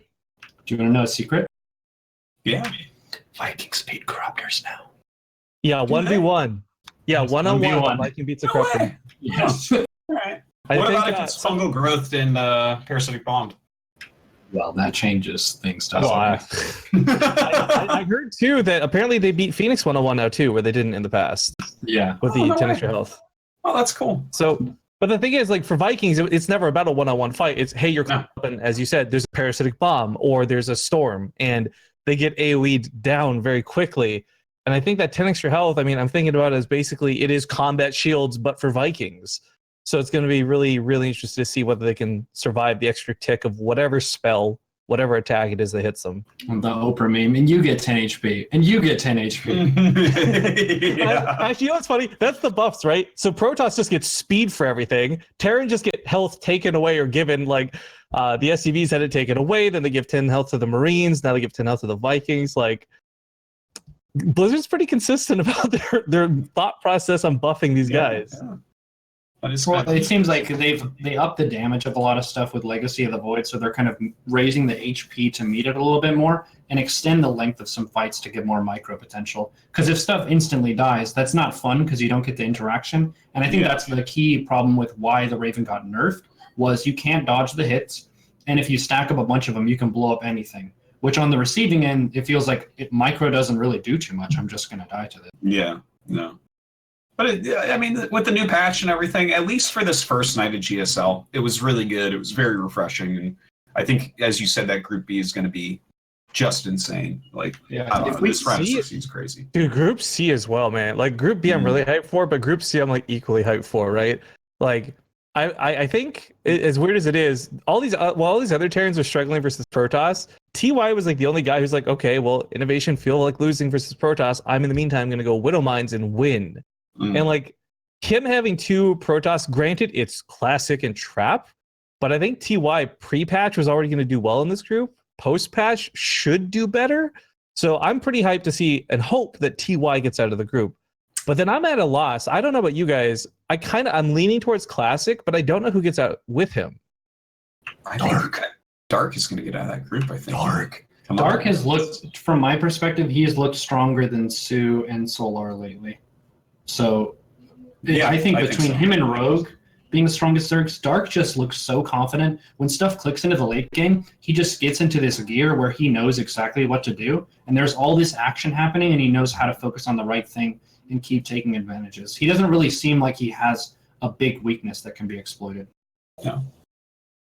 Well, I mean, this round, it's making me so excited, right? The new maps, the new balance patch, these groups, it's pretty out of control. What a good time for GSL right now. Indeed. I'm so blessed to be able to Oh. cast that. Do you mind if I rewind a little bit to a previous topic I forgot Sure. about, actually? Please. So I'm reminded because we have Wardy, Maynard, and Zombie up in chat, and this is something I would maybe you and Tasteless can't necessarily pull off. But one of the most fun things I had casting this weekend was we added a swear/bully jar, and every time you swore on the cast or bullied another someone, like you had to add 25 cents to the jar. We ended up having something like $14 worth of quarters in this thing. Wow. And we're all gonna play like a free for all later to determine who wins. Dude, you know what, Rifkin? If you put that in the contract and you start bringing In Control to your events, you're going to make money. Dude, put in control next to anybody. Yeah, that's a lot of money for that jar. Dude, Tell that you what. bully jar, man. Oh my God. You'll just be rich. There's clips too where Maynard, he just looks at me like on the camera, he's staring at me, and it's like one quarter, you are so stupid. And it's like 5 quarters right there. I like that. That's good style. It was a lot of fun. So I don't know when we're doing the actual match. We'll do it online. We'll stream it, obviously. But that was the most, I don't know, most fun I've had casting was with watching what you did and did not want to put into that jar. Little caster games like that can be pretty fun. We used to do something, it's not exactly that, but a stupid little thing we used to do at MLGs is they would like we'd give each other phrases that you'd had to, like something totally ridiculous that you had to say, and then you just have to construct a sentence that fit into the cast and say it. And it was, I don't know, there was no money involved, but it was stuff like that makes it kind of interesting. You could do a cast your chicken jar and get really rich because you'll never lose that. Well, Tasteless every time he loses. As long as I'm not against in control, because we just both get fired because we're both too stubborn. It's tasteless though, it's no problem. All right. Well, that's it for GSL. 2 days until that Group B, which is just so crazy with the Sue Deer Innovation Rogue, and I'm sure we're going to get a lot of people tuning in. That'll be a sick group. Real quick, I do want to go over a Brood War bug that actually I found on stream. I don't think I've ever seen it before in 20 years. Oh, is this your siege tank? Yeah, my siege tank thing. So this is like a really kind of weird one, right? So a tank in siege mode can't shoot next to it. And this just happened in game. I just happened to notice. I was looking. It's so funny because when this happened, like my brain shut off. The tank, I wasn't targeting it or anything, and what we're showing is a replay where I went back in to look, and the tank is killing probes that are next to it and not even taking its own siege mode. Okay, so this is like a very weird thing. Obviously, if this was reproducible, it's completely broken. Like, completely broken. If it's not given... First off, the only thing that kills siege tanks are siege tanks in Brood War. Okay, it's like the best unit in the game. Like, its own splash damage is its enemy. Like, Zealots don't kill siege tanks. Getting next to siege tanks is what kills them because the splash damage, right? But if they could do this reliably, this would be like the most broken thing like ever, basically. Yeah. But yeah, I don't know. It's I emailed the replay to Blizzard to see what they think about it. Someone on Reddit actually posted that this is a bug that we've seen before, and actually he posted a link to a game I just cast recently where I was watching and like a cannon shot its own pylon in ASL, and I'm like, what the hell what is going on here? Like by accident? Yeah, no, he was cannon rushing a hatchery, and then the cannon hit the pylon, and he said that these two things were the same thing and related. I'm not 100% convinced on that. Oh, wait, so are you saying there's some sort of weird splash damage, or was it was targeting the pylon? The animation was going to the pylon. We can't click on anything because we're just watching the observer feed, so I don't know if it was actually doing damage or that was the animation of the cannon hit going there or what was going on. Okay. I've never seen that either. So unsure. Like there's a small chance the guy just misclicked his pylon. And he's like, "Oh yeah, that was a bug. I didn't mess up. That was." Oh, could well he ended up winning that game anyways, so it's fine, I guess. But or wait, actually, I think he lost that game. But it doesn't matter. He wasn't going to win the game if he didn't attack his pylon. But yeah, that was like he linked that, and then he linked something about sunken colonies getting some extra range, and I've seen that one before. But I don't know. I don't know what's going to happen with this, or if this is going to be a bug that is reproducible. I haven't tried to reproduce it or anything. Obviously, this is not something that could stay in the game if it's like a regular occurrence. If it happens once in a blue moon, well, what can you do?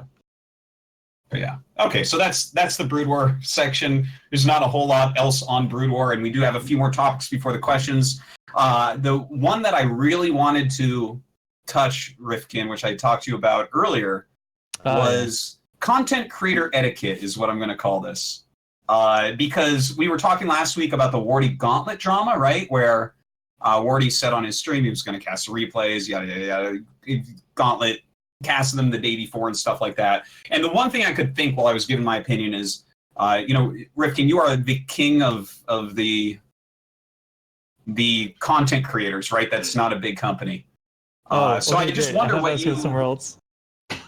Yeah, well, you're the king of the nerds over here. But what is your take on this situation? Like, what is the etiquette? Would you say, because you're kind of like the big fish in this pond, I would say personally.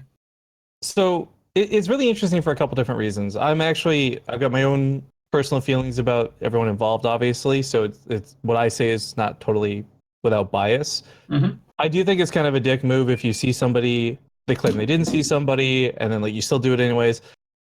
There is this kind of unspoken etiquette, but I think a lot of it is, and this is I think a large part, I'm going to actually contrast to players. Look at people who you used to see as like really toxic, like Nurchio and other people, right? Now everybody's friends and everyone's kind of nice, and it's because they've been through the trenches together. It's like 5 years that they've been fighting against each other and with each other. The drama's not worth it anymore. And for me, with a lot of content creators at Base Trade TV, it's the same way. Like, I think 3 years ago, I would have been shitting all over Wardy. Who cares about this small guy? I got to make my way to the top. But we've been through it together. We've seen the BS other people have pulled off, and whether that has made us friends or just friendly, like there's this weird mutual respect because we've been through the shit together. I think with the Gauntlet, they're still new, so they don't have that camaraderie a lot of these other guys have built together through being at it for 4 years. Plus, there's also like all these chat rooms, be it through Skype or ESL or Blizzard, where we're all sewn together and we have this communication channel. So you have a group of people, and I'm trying to not say the Gauntlet here, but I'm going to say like just a group of people outwards looking in. They feel like they're not part of the old boys club or whatever phrasing you want to give it. So there's already this internal strife before you even do a thing, before you even schedule something, before you even tweet something. And that's a problem. And I think communication in all problems is always like what it comes down to. I think if there had been better communication between these two guys doing the event, it would have been not a problem. I'm actually going to reference something that happened a little while ago with me and SC Boy. I'm not allowed to cast the Kung Fu Cup because of an issue with us and SC Boy. They had pirated our stream. I had not known that they were doing this like by accident. I thought it was like on purpose and malicious. So I wrote some things on stream and it caused a fight. When really, if I had their contact, if I had a direct line to them on Skype, I could have been like, hey, can you not do that? No drama. Everyone's happy. So I think when it comes, you're saying the topic is caster etiquette or content creator etiquette. I think it really is just communication etiquette. Mm-hmm. Like take a moment to talk it out. That way it doesn't get to the point where when you do finally talk it out, you're tossing out jokes like living in a basement and not respecting one another. Sure. I am obviously in a lot of drama. I've experienced it more than anyone else. You? And I also have... No! Rifkin in drama? As much as people want to believe that I don't learn from my mistakes, I make note of every mistake I've made that I might not even publicly apologize for. I'm aware and I try to learn from. And you'll notice like a lot of the issues people try to bring up anytime one of those drama threads hits, we've never repeated since then. We've learned from our mistakes and moved forward. And I think with these guys in this particular instance and anyone in future instances, like it's okay to fuck up. It happens as long as you learn from it and don't repeat it going forward. Because so much emphasis gets put on the moment where you got to look at the bigger picture for things. And I think for content creators, especially with how limited the StarCraft audience is, because let's be real, we're a big fish in a tiny pond. You have to be smart to survive in that environment, and you can't just like constantly get in fights about petty things and dumb things and then repeat the same mistakes. So I think with this thing with Wardy and the Gauntlet, I think A, we'll probably never see Wardy react the same way again, and B, we'll probably not see the Gauntlet. Like, I don't think they were being intentionally snaky, but that's kind of how it ended up being publicly just because of the timing, right? I think both of them probably learned both instances that it won't happen again, but that's me from my perspective, I guess. That's how I would like make the mistake, apologize, move on, don't repeat it. But I don't know, like we work with O Gaming, we work with Take TV, we constantly talk about, like there used to be really petty things, right? Like O Gaming would set their like start time on Team Liquid to be 5 minutes before us, so they would be higher up on the Team Liquid calendar. And stuff like that happens, and you just don't care about it, and it goes away on its own. But I think like if that was something that really upset me, and I had reached out to them, there wouldn't have been a problem if there was one in the first place. Yeah. But yeah, tiny things happen all the time. Etiquette's never perfect. There's no written rules. There's no list of like everyone should do this, this, and this. It is just simply getting to know each other and working with each other, I think. Part of the issue too, I think, is copyright law is so far behind the frontier of online content. People are making new kinds of content that there aren't laws about yet. So a lot of this is just trying to figure it out in the human-to-human capacity, as opposed to having a clear precedent in law that's written to decide, all right, if you produce this type of material, then it has this rights associated with it that you can defend. Whereas we're in the Wild West right now of making content on the internet and trying to defend what we've made. And a lot of times you have to talk to the person directly to resolve that, as opposed to having some procedure you can go through with courts and whatever. Well, even if it goes to courts, it's still the same logic where you'd rather settle out of court and find a mutual way to handle it than go to the law of and go to lawyers and go to suing. I think like some recent stuff I don't love diving back into, but take what happened recently with me and Jake, right? It was something where I think if I wasn't blocked and I didn't have such a jaded relationship with Jake, none of that would have happened in the first place. But because it was limited communication, things blew up, Reddit got excited because they were bored, and everyone latched onto this thing. That was ultimately really nothing when it came down to it. If you guys want to know, by the way, to put this on the record, because everyone was really obsessed with the 10% tax, $8.49, which I'm paid back to Thermal, was the only money that was ever taxed from that. Because the thing was, like, none of these guys were playing in our tournaments anyways, and they weren't losing any money for it. And this was just something we put in writing to have it in writing more than trying to look as like a thing. But because there was no communication, that's all I could do. Again, it was something that was nothing that turned into something bigger, and all of it came down to no communication. And $8.50 is like 2 bubble teas, though, dude. Well, he's getting repaid it, so it's like not an issue. But still, it's like I think that was a big example of like a communication breakdown, leading to what looked like content creator drama and strife. Because Jake's a good content creator, and I like to feel I am too, and we should be in a world where we're working together. But even if we're not, there's no reason to be fighting. Well, what you've said here sounds really reasonable and level-headed about this, but I wonder specifically in this situation, even if Gauntlet had talked to Wardy, do you think with public replays like this that they can just be claimed? Like, that's a really good question. We actually talked a little bit about, and I feel like it really is like, yeah. Part of it is you have to understand. I think as a content creator, your audience is going to have some overlap with another audience, but not a lot of it. So even if they did this thing and it was super snaky and it was whatever, you look at the numbers at the end of the day, Gauntlet had like 300 viewers for it. They put a ton of work into it. Wardy still pulled in like 1,500, if I recall. So you have a lot of people who still did not see it, despite the fact that it was brought up a day before and done to like a really big extent. Like they had every game covered, I believe. And I think that when it's public replays, I really think it is fair game to do it whenever. This was so close to like, hey, we're doing it. Wardy says, I'm doing it then. And they're like, okay, well, we're going to do it a day before. Kind of feels like the whole gaming doing like 5 minutes earlier in Team Liquid. Like, as we saw, ultimately, it didn't actually affect either party that much, but it was still a shitty thing to do. So I think if you are going to do something publicly, like let's say IEM puts out replays that didn't get cast for some reason, and you want to jump on those because no one else saw them, I think you're totally of your own free will, willing and able to do it whenever you'd like. You just have to accept the consequences that you might look a little shitty if you do it the wrong way, you know? Okay. Well, thank you for weighing in on that. There's not a lot of situations like this, though, that are like, you got to think about, this was a huge, massive tournament, crazy players, huge prize money that didn't have an English cast. When's the last time that happened? Like, oh, yeah, no, it never happens. And I look at that, I'm like, well, that is a golden opportunity. Those are great replays. Like, me beating Koreans. No one's seen it. Wow, that's great. But yeah, I mean, I totally see what you're saying there and everything, and I think it's all fine. Anyways, they were all in the chat, and everything seems all right now, and everyone's enjoyed those replays and/or casts. So I think what's kind of curious though is we got people like yourself who are, how to phrase this in a not dick way. You're higher up on the totem pole, right? You're not doing the cast. You're not desperate to look for them, right? Yeah. You've got your GSL job. I'm just curious, actually, like, candidly, what would your thoughts be if someone did this? Like, if GSL was going to cast a group, like in this hypothetical, right? And you're scheduled to cast it with Tasteless on Wednesday, and then Base Trade TV somehow gets their hands on the replays and casts it later. I feel like it's the similar situation where it just won't be a big deal because there's a lot of people who will watch GSL that would never watch Base Trade TV. But I'm curious what your thoughts are. I think that obviously if this was like an illegal thing, like this is Afrika's content or something, or GSL's content, and we're supposed to do it, and then you do it, it's kind of like, oh, that's weird. But I guess that's when it gets legal. yeah. But like if it's just like we had planned to do it and then you went ahead of us, I think I wouldn't mind. I mean, we haven't hit this situation, but at the end of the day, I'm not paid per view, or I'm paid a flat rate from them, right? So it doesn't affect me too much as far as my bottom line, where it might affect someone like you on your bottom line a little bit more, where you have your subscriptors and you need to get a certain amount of views and things like that.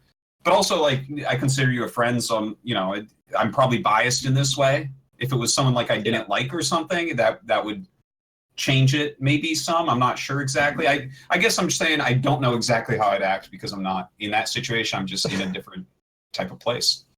Well, what's interesting is I think about the response to it, right? And this goes back to how things.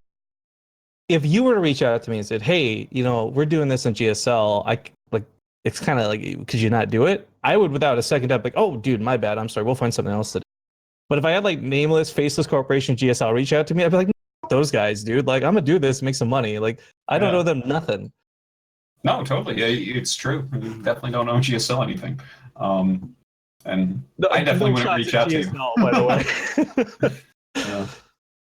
All right. Well, thank you for your ideas and thoughts on that. We're gonna start to segue into the questions section. There's actually a lot of great questions for both you guys. A few for me in there as well. But I'm gonna take over the questions first because, like, for me personally, okay, one of the things that I am most interested in right now, I like something I've made a little bit public is like in the future I could see myself being something like a StarCraft coach. Maybe StarCraft 3 comes out and it gets really gigantic. It can support that type of thing. I really am interested in things like skill acquisition and improving, deliberate practice, and another big part of that is mindsets. And just like the way that you think about it. And this is especially interesting for me because I'm known as a salty player in general, especially in the past.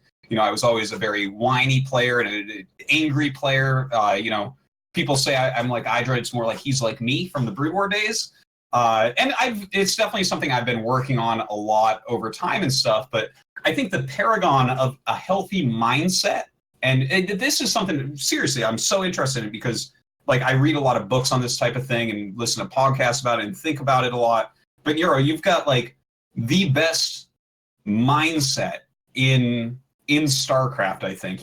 Saying things like, "Oh no, I lost 9 maps in a row. This is my fault. Like I've just got to buckle down and keep going." And I want to hear you talk about this subject basically for my own selfish reasons. So it was a bit of a long journey, but the two main things that kind of led into me being called Neuro and bringing mindset to the forefront of my product were my cognitive science study at university, which just laid out the groundwork for bias, the limitations of memory and attention and focus, and how we're humans. We're not computers that just face situations and we naturally find the optimal solution. We take a lot of mental shortcuts, and we also have emotion that's kind of bouncing around in our head.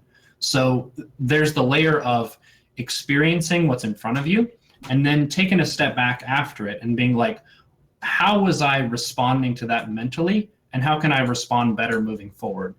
The next step was poker. I did poker full-time for a couple of years. I was in Canada, actually, Vancouver, and poker has tons of awesome literature. I have a book right here, The Mental Game of Poker. I just bought that book. I just started that book. I would recommend this to any esports athlete. Wow. There's not really an equivalent in esports right now. I have a book, but this was basically my inspiration for coming into StarCraft and wanting to share this knowledge with other people. Because I see someone like Idra. Idra was a big inspiration for me because his macro was god tier. He was so good as a player, but he didn't respect anyone. And the game is super frustrating. If you're losing to idiots every single time, it is deeply upsetting. It's unfair, like it's so frustrating. But if you at least give your opponent some base level of respect, when you lose, you try to figure out, all right, what was this mastermind's plan here? How can I look at the strengths and weaknesses of what they did and focus on what I could have done better? Because the engine of improvement, right, is based around what you could do better next time, as opposed to trying to place the blame somewhere else. It becomes a sort of mental gymnastics exercise of lose a game, point to some external cause. Lose a game, point to a different external cause. To never really accept the fact that you were outplayed. It's really kind of deflating to your ego to admit, wow, that opponent, they may not have played the game how I would have played, but they bested me. And StarCraft is way more fair than poker in the short term. It's not like you got dealt pocket aces where you just start with 3 bases saturated and your opponent has 12 workers. Both players start with 12 workers. So when I switched from poker to StarCraft, I was like, wow, this is refreshing. Like, when I lose, it was my fault. This is amazing. It's not like that one time where you play the hand basically perfectly and you lose your whole stack because the opponent got lucky. That doesn't happen. If I play against TY, I'm going to lose 50 out of 50 games. He outclasses me. So that's kind of the basis for me coming into StarCraft and being like, I just perceive this as being fair because I think relative to the rest of our life experience, StarCraft is one of the most fair places of competition you can possibly be. And that's awesome. Yeah. Yeah, I love what you're saying, and I agree with it so much that I could have like a 4-hour show right now talking about this with you. A good friend and ex-pro gamer, Sem, brought this up to me once, where it's like, it's so interesting because like in sports, you're not as tall as LeBron James, man. So you can't play pro basketball maybe because of that, right? Like, it's just, StarCraft's not like that. Like, everyone Your can arms just aren't play as it. long as Michael Phelps. Oh. You can swim as fast No, as you're not shaped like a fish. It's like, I'm so sorry that you're not shaped like a fish, or, you know, your body is never going to get this muscle tone or something, right? Or you don't have these fast twitch reflexes in your legs or something. It's like, well, you can still go compete, but like, really anyone could become a GSL champion. You know, it's you just work hard at that. A lot of it, I think, depends on the efficiency of how you spend your time. Because if you don't have 24 hours a day to be a StarCraft professional full-time, you have to think about, all right, I have this much time to play. I need to think about directing my mental energy toward practicing and improving and studying, rather than kind of the ebb and flow of just massing games and not really thinking about how you're rounding off your fundamentals. Because I would challenge people to really take a hard look at your fundamental skills rather than to try and play the games of which matchup is favored for which race right now. Because I think a lot of people get lost in that vortex. It really pulls you in because you kind of want to share in that struggle of losing and being frustrated by stuff with other people. When if you just worked on your supply management, for example, you move up a league. You work on your saturation of your bases, you move up a league. You get 200 supply faster, you move up a league, that kind of thing. Nothing makes me want to come back and play StarCraft more than going and playing a team game, by the way. Having to rely on 4 to 5 other idiots to possibly... You go right back to StarCraft, man, and it feels so good. Yeah. Yeah, I definitely do that with Dota 2 and Overwatch. If you have a team that's just screaming at you, there's a beautiful silence to StarCraft where you're playing, your opponent can maybe type some stuff at you, but that's at a cost of their APM. Whereas in Overwatch and Dota, your teammates are dead and they're just screaming, they're typing, they're being all kinds of nasty. Yeah, there's actually, you're talking about all these things, like these attributes you need, and one of the big ones you don't have to worry about with StarCraft is communication with other people. You can actually just, I can sit here in silence and play, and I'm the only one who needs to know what's going on. And it feels really, really, there's just something freeing about it. Even when I lose, because I mean, granted, I play terribly and I play stupid builds on purpose, like battle cruisers and what have you. I'm not quite Fear Dragon with like Blink DTs as far as dedication to a dumb build, but like when I play and I lose, I can actually sit there and be like, this was my fault, and I'm okay with it. I mean, this is such an interesting topic for me that we're definitely going to have to get together again and discuss, whether in public or not. But I wonder your impression of the pro scene, because I know I like the for me personally, I look at it and the amount that I see people whining on Twitter or doing things like checking their phone in between matches. You know, I'll see someone in a match and they're like tweeting in between a game or something, and it's like, I look at this and it seems just like, damn, everyone would be so much better if they could just get this Neuro-like mindset. So I don't know, I wonder what your impression of that is. Well, if you think about StarCraft, it is a video game. But if you think about one-on-one competition, that is a discipline. And if you want to be the best in the world, you have to be disciplined in the direction of your focus. So time is short. If you want to get ahead and say you're in GSL, they're all working hard. Like maybe they have their own weaknesses and they're inefficient in certain ways, but to pass someone up means you have to direct your focus more effectively than they are over time, which is really hard. That's not based on talent. That's based on effort over time and really driving yourself, your ambition toward a different level of play. Like I think it was a while back where someone was talking, maybe it was you, about innovation and how his coaches described him as one of the least talented people in the team house, but he just worked way harder than other people. He really wanted it. And now you see him, and people talk about innovation, one of the best Terrans in the world. How did he get there? Was it just, oh, he's just brilliant and fast, and that's it? That's what people will have you believe. He put his nose to the grind over time. There's something really interesting about the phone being brought up to this too, actually, because there was an interview I did with Drogo last year when about Neeb staying at the Korea house. And one of the things was he said he was like freaked out, and Neeb would freak other people out. And I was expecting to hear something horrible. But like what happens is Neeb between games will just sit there. He'll put his phone down, he won't even look at it, his hands will just stay rested, and he'll wait for his next match. Even if it's waiting for the next best of 3 or waiting for game 2. And he just sits there and he's focused on exactly the task at hand and nothing else. He doesn't alt-tab out. He doesn't go to Twitter. Like the guy would literally freak the other people in the house out because he would just be focused on the tournament he was competing in. And we've seen the results of Neeb. They speak for themselves. So I think that... Whoa, that was good. No, it's a great example, actually, and I've heard this continually, like from No Regret and stuff, talking about the way that he acts in the house, just like you say here, where it's like just complete focus, trying to practice well. It doesn't, and I feel like you're seeing. I mean, the thing is, everyone complains to some degree, but I don't know. I think that this type of mindset is definitely something that needs to be delved in way more for everybody. One thing to be really transparent about too is the difference between emotional management and not experiencing emotion. I think some people will watch my stream and they'll be like, wow, you just never get rustled. I do. I get very rustled. Yeah. And a lot of times it's like I'm holding the rustle and the camera is on and I take my bio break and I get in the hallway and it's just like, oh, and I come back and I'm collected again because it's about the poise, right? Like streamers get rustled. It is frustrating to be showing everything that you're doing. I talk to people who don't stream about this, about how streaming seems like a glamour job where you get to play video games all day. But when you're having a bad day, hundreds, for some streamers, thousands of people get to see all of your mistakes. Every time you die to a timing, every time you die to a cheese, every time you forget to place this building and you look like an idiot, this crowd sees you make that mistake, and that is rustling. Yeah, every time we get a new sub and I can't say their name. Gotta live with it. Dude, the names are so weird on Twitch right now. I like try to read it. I'm like, this is a meme at this point. I butcher names so much. But this is a great topic, but we're kind of starting to go a little bit long. I promised Cobra I wouldn't go over 2 hours, but that's going to happen anyways. We're going to go into some questions for people and from the fans, the StarCraft guys out there. We start, of course, with the priority Patreon questions.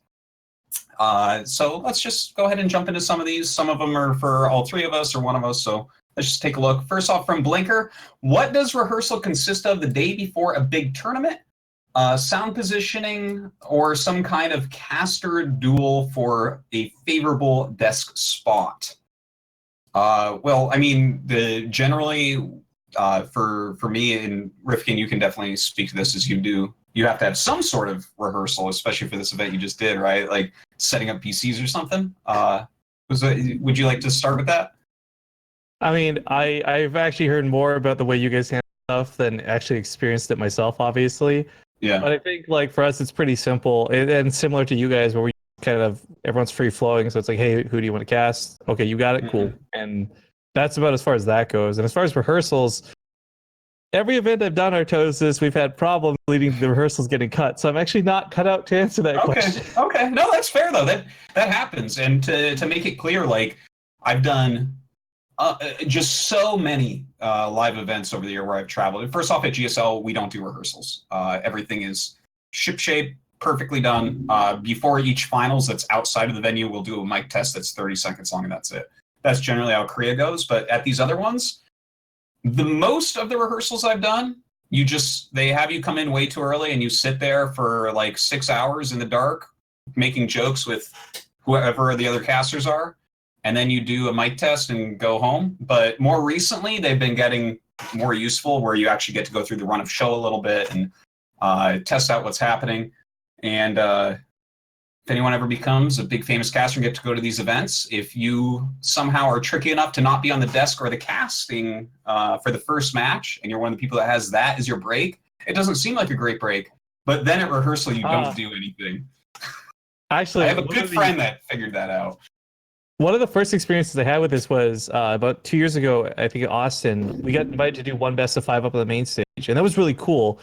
But what really floored me was you had like Apollo and Total Biscuit, Nathanius. You had like big dogs on this casting desk. And as we swap out, they just move off to the side immediately, pull out their phones and start playing like Clash Royale against each other or something. Yeah, I was like, I was expecting them to go like study matches. I don't know what I was expecting, but as soon as they're off the desk, they're just like decompressing like immediately. And then as soon as they're back on, they're good to go. Like, it's always surprising to me. A lot of joking around happens during these types of things and stuff. Everyone's friends, and so it's cool. All right, next question, going down. Okay, this is a good question for everyone. From Arthisios. Yeah, you see, I'm terrible at this. Like, he made that word up. That's not real. I don't know how to say it. How do you typically unwind after casting or streaming for like 8+ hours straight, which I know you both are quite aware of and have done? What do you do to unwind? I jump to sleep a lot of the time. Like, we do the best of 69 parting top. First thing I did was just go right to bed. There's just nothing else I wanted to do more than sleep at that point. Gotcha. If the weather's nice, going outside is really refreshing for me. I definitely feel like streaming is a big informational overload for yourself, where you have managing the chat, managing the ladder game, managing all the thank yous for the subs and donations and stuff, and it's just like lots of stimulus. So taking a step back and having just some space where you can kind of reset a little bit helps a whole bunch. I've done quite a few 24-hour streams recently, and that's a bit different in terms of trying to recover from that, and the achievement hunt as well, where those are kind of feats of endurance, and you just, you go straight to sleep and sleep for maybe 12 to 14 hours after it. Yeah.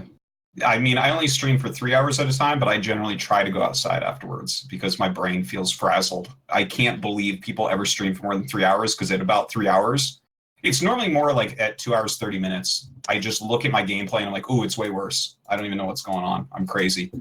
It's a little bit like acclimating to high altitude. That's kind of the analogy that I use typically, where the more you operate in that space, the more your body just naturally gets used to it.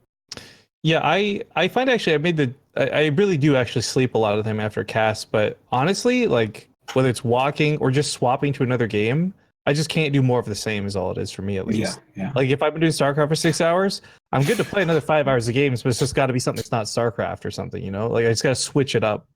Yeah, that's a good point. A lot of people that come to the GSL studio in the old days, they would ask me, like, what do you do after the cast? You go home and you need to play some ladder? And I'm like, no. I try not to think about StarCraft. I don't watch StarCraft. It's very rare. Maybe if there's a sick tournament, I might turn on and have a beer. But I try to change up what I'm doing for sure. One of the other really useful things is having a good support network of real life friends and, say, your partner or something who you trust, where you can just hang out and kind of confide in them. Because there's a lot of stuff that we struggle with that I think is best dealt with privately. So if you have that solid network of people who you can connect with and really kind of resonate and vent to an extent, that helps quite a bit too. Certainly. All right, great question. Thank you for that one. Another one from that priority questions chat from Nikon TC. What do you guys think you would be doing if StarCraft had never been made? Do you think you'd be playing, casting a different game, or would you have an entirely different career? That's a good question. I'll go first, if you don't mind, because this one's I get asked a lot. And for those who don't know, before I did StarCraft, I was actually throwing these like pro 1v1 in the river level 1 dumb League of Legends battles, and from that I got picked up as someone who knew how to speak into the microphone and say, hey, come do StarCraft. So I did. And I think that if StarCraft didn't exist, obviously that would never happen. I probably would have continued my path down with League of Legends. And if you guys think I'm a bad StarCraft caster, you have no idea how bad League of Legends casters are. I'm pretty sure I could have made it in the League of Legends world. Yeah, you might have been a big famous League of Legends caster. Oh, look at that. How about you, Neuro? What would you be doing? Probably Dota 2. That's the game that I feel would allow me to leverage a lot of these same principles, kind of be the mindset guy of Dota 2. The reason I chose StarCraft as the game to build a stream with was because I don't have to rely on a team necessarily to succeed. I was on a Han team that got pretty far along back when that was a thing, and we played in some tournaments and stuff, and then the team kind of fell by the wayside, and I didn't have that network anymore to really practice. So StarCraft is a way that you can take full responsibility for every loss. It's a lot less confusing, so it felt more straightforward to me to focus on this is how we learn, this is how we cope with losses, this is how we improve. Cool. For me personally, I mentioned this before, but I was deciding between, there was like, I guess, two big decision trees in my life, StarCraft or Magic the Gathering, because I was a very high level player in that. I was almost on the Pro Tour, so I might have gone down that path. And the other one was, would I be a glaciologist or do esports? And so I went down the esports one, but it was actually pretty close.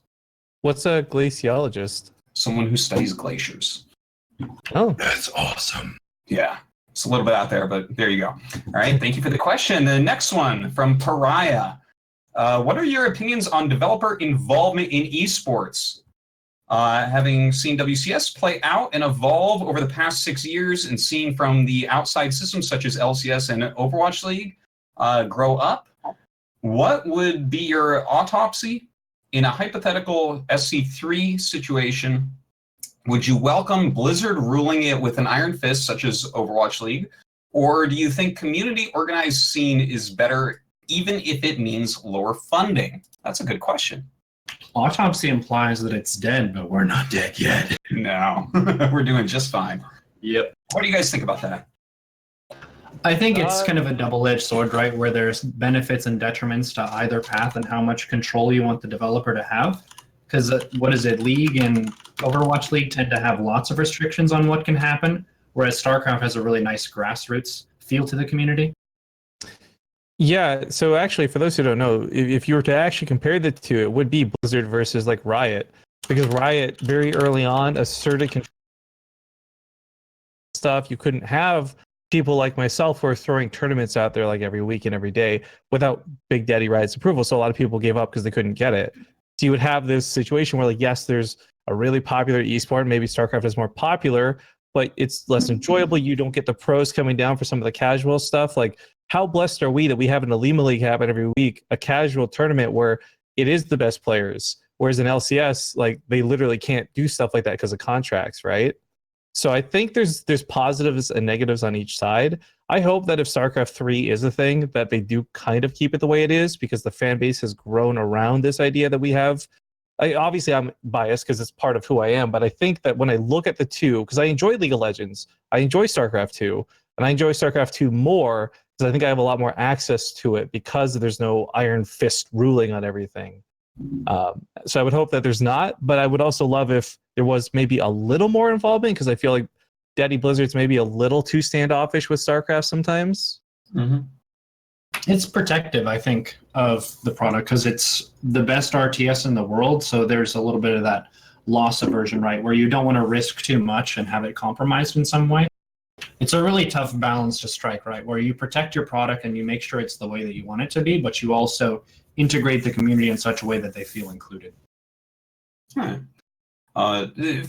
me, my opinions on developer involvement, like, it makes sense that they would do that. It's their IP, and they should try to make money or do whatever they want. But I think that most developers at least didn't do well at first, and a lot of them think that they do well and then don't do well and stuff like that. There's definitely a lot of very questionable decisions that do get made. It's like, well, you look at people that have been in the scene, like a DreamHack or an ESL that really knows how it works, and you watch a developer come in and bungle shit when they do it themselves, at least at first.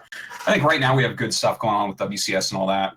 For me personally, I think the greatest pro scene that's ever existed in esports was the actual Kespa-dominated StarCraft 1 pro scene. I think it's pretty hard to argue I think that was better, healthier, cooler than Overwatch League or League of Legends or anything like that. So, I mean, I wouldn't mind something like that existing. Obviously, that's not developer driven, but that is a scene that's controlled by basically a single entity. So Yeah, don't know. I really wouldn't want to go as far as the Overwatch League has, no matter how we look at this question, though, because while Certainly. it's certainly Agreed. popular, I just cannot, with all the things I read, the decisions that get made, the players and their punishments, all these other things, it just seems like an awful world to live in. And if StarCraft's less popular, but it's more freeing, I'll take that every single time. Yes, that I agree with. It's like, oh, yeah. I mean, I guess a discussion for another time on some of those decisions we've seen passed down. Let's jump to the next question from Ansi Chart. Do you think the power of some races relies heavier on mechanical skill than others? What race would be considered the most difficult and least difficult as far as raw mechanical skill is concerned when getting to Grandmaster level? This one's really hard to answer because basically everyone who has been GM, maybe with all three, got it with one of the races first, which means that they have a baseline of their fundamentals and their awareness of the game flow that can be translated into the other matchups for the other races to some extent. So I think the question is a little bit dangerous to try and pick an answer because they're mechanically different in different ways. Like Terran can squeeze value out of single units like Liberators, whereas Zerg has creep spread, which is a different mechanic that has a really high skill ceiling. And then Protoss has really difficult stuff with their caster units and whatnot. I think when I think mechanic too, and I know bias incoming, but from the ignorant, like bad side of the game that I come from, I look at Terran as one of the more difficult ones just because there's more buttons that need to be pressed more actively. Like, yes, you could argue Zerg's constantly spreading creep and constantly doing injects, but when it comes down to the fight, if both players stop macroing, the Terran player is still the one that has to do a lot more in that instance. So I would think that would make them a little bit harder to play, but again, every race has its own vices and why they are difficult to play. Yeah, like every race is actually difficult and hard, and I'm sorry that I oftentimes jump to StarCraft 1 to help with a question, but I think it's very straightforward in StarCraft 1. Protoss takes the least mechanical skill. This is not to actually say they're easier, even though I'll say that on stream when I'm losing, because I don't have the calm, cool collectedness of Neuro.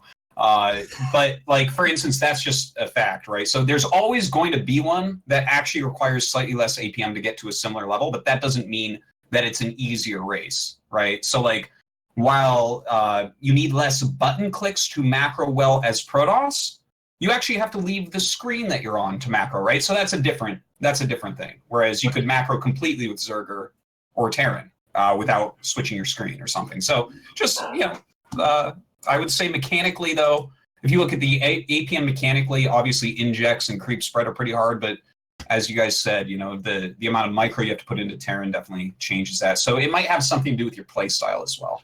When I off-race as Protoss, it is a whole new world of dying to cheese. Like figuring out your wall off correctly and then dying to Beam Bust or a Ravager Rush or whatever. I think all of them are frustrating and you don't really get a good sense of it until you try to climb with all three and you feel what it's like. Because it always feels the hardest when you're doing it as opposed to when it's done to you. It's a really subjective question is what makes it difficult to answer, I think. Yeah. It's I mean, I think that you could probably measure it and get exact clicks for various things. So like macro-wise, Zerg would be hardest mechanically. And then attention-wise, maybe, or actual APM-wise, it might be Terran needs slightly more APM likely, or something like this, Micro-wise, maybe Protoss more. I'm going to quote a great woman here. Don't sugarcoat it. Terran is the hardest and therefore the best. Samigub 2018. All right. We'll just go with that answer. Thank you. Thank you for the question. Looks like we have one more in here to ask right now from Neox. Do you think Blizzard should go through and revert changes that were done to stop mechanics that are no longer in the game? Example is assimilator health to counter the old Reaper building damage. Almost like a quality of life patch, since there have been so many patches since Wings of Liberty. I don't even remember that, but... So I've brought this up with Blizzard at several meetings about just looking at maybe fixing the redundancies in the game, because there are things like that, right, that still exist where it was super broken because Reapers could like rush in a simulator and you couldn't get gas units and you couldn't fight back, and like there's things like this, or the SCV health change. All things got changed off of previous balance, but were never either retuned or important enough to retune. I think obviously it's not super broken that assimilators have more health overall than extractors or refineries, but it is something where you look at it and you're like, why though? It's our legacy. That's the history of the game, though, because it's an organic game, the way that it has developed over time. A lot of those patches, they're kind of like vestigial organs, right? Where they're not used for a purpose anymore, but they're left over of a past of this life of the game. It's pretty interesting to see. And I think that makes it a little bit storied in the way that your race works. That's kind of fair. And I had this talk with Nathanius a little bit when he was on, where it's like you can't make everything balanced or everything usable all the time. And this kind of goes back to that. It's like not all the buildings have to be created equal, that type of thing. It's like, well, it's okay that these similar has its health or something. Maybe the shield battery should, but it's yeah. All right. Okay, jump into just a few more questions here before we go. Some of the public questions. Guys, if you want to ask questions, obviously if you're a Patreon supporter at a certain level, you get the premium questions, which we go through all those. And then there's a public chat. I'm going to grab some questions out of there. Here's one from ANSI Chart again, for Neuro. If I remember correctly, you either have a master's or PhD in neuroscience. I am curious about languages like Korean, which use symbols for entire words or ideas. It's actually an alphabet in Korean, but you get your point there. I speculate there is a relationship between different languages and cognitive benefits. Could it be possible that South Koreans have a slight cognitive advantage in different areas of StarCraft than others? So I appreciate the question. I have a bachelor's. I do not have a master's or a PhD. And I think the key advantage of Korean esports that people don't know in a widespread capacity is the law in the late 90s and early aughts that they could not use foreign imported gaming consoles. So if you look at the distribution of South Korean gamers, they had way more PC gamers than console gamers, as opposed to the West, where we have our Dreamcast, our Segas, our PlayStations that we're playing on. And we have much heavier representation of console gaming. So that, I would say, is one of the bigger advantages. Another one, I think, is there's more of a cultural perception of focusing on mistakes. The Korean players who I've practiced with, when we're talking through the games, they focus on the mistakes more so than on the talent.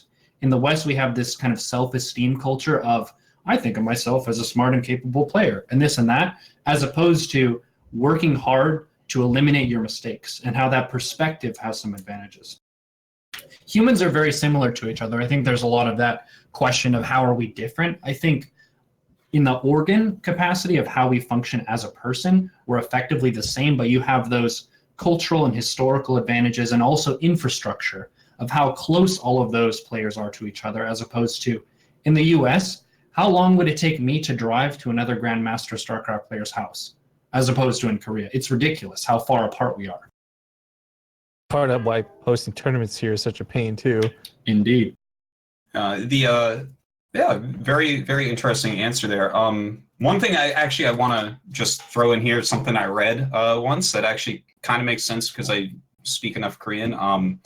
Some Asian languages, the way that they say numbers, I read this somewhere that like part of the reason why sometimes certain people of Asian backgrounds that have first language like Chinese or Japanese or Korean or something might be better at math is the way that they say their numbers is more logical. Like if we say, okay, let me just write down number 1,342. Okay, I have to say 1,342. That doesn't flow as well. Like in Korean, that would be like Chunsumbeg Saship E, and it's like 1,300s, 410s, 2, right? So it's like a more logical step. I don't know. I read that somewhere. I don't know how true that is or whatever. But okay. I can see that because I hate when people here say like 1,300. Like that actually makes me think, whereas you say like 1,300, I'm like, okay, I know exactly. Very true. Or people that say half 11, like all those people in Britain. I'm like, what the fuck are we talking about here? What is half 11? Get out of here. Man. What are you doing? All right. Okay, here's a pretty good one from Doc Holiday TV. As experienced content creators, do you guys have any advice for someone like me or other new SC people that could help increase our success and find an audience? That's a good question for you guys. You got to put out loads of content. One of the biggest edges is just being out there, being live, building the body of what you've presented. A lot of times people focus on, well, how do I talk to people to get me noticed? The biggest advantage as a streamer is being online. For a YouTuber, it's putting up YouTube videos. yes, you need to work on the quality, but really cranking it out and getting on that grind, I think, is a really key part of building. I don't know. I kind of have a long and a short answer. How about are we on time? Just go ahead. Go ahead. I'll Okay, wrap up after this one. This will be the last question. Okay, I'll try middle ground. I'll try middle ground it. So I think there's a degree of what Neuro says is important. Every streamer will tell you it's all about the consistency, right? No matter who you ask, variety, StarCraft, they'll say consistency. But I would actually disagree with this. I think that you get to this point where you're putting out quality stream content, no matter what it is, whether it's consistent or not. If you're putting out a good show that people will enjoy, they'll come back for it. But the problem is, how do you get those people in the first place to come back for it? And I have spent more of my Twitch career working with other streamers and lurking and hanging out in their chats, building relationships with their communities. I mean, I could put on the greatest tournament with Elima League with all the best players in the world. Is going to get like maybe 2,000 to 3,000 viewers on our own on base trade, and that's great. But if I use my relationships I built to reach out to Twitch and say, hey, can you put us on the front page for 2 hours? That's actually 6,000. That's 7,000. And like I get so much more for it because of the relationships I put into outside of the show and the time I spent grinding, not the content and not the actual stream. Like I think it's more efficient for me, at least, right, to stream for 4 hours and spend 4 hours working on relationship building than to stream for 8 hours and do no relationship building. I think you have to find a healthy mix of the two, because the thing is, when you're just starting out, you're that brand new streamer, you have one viewer and it's your friend. If your show is good enough that that one friend brings in one of their friends, and then you talk with this new friend you've made, suddenly you've got consistently 2 viewers.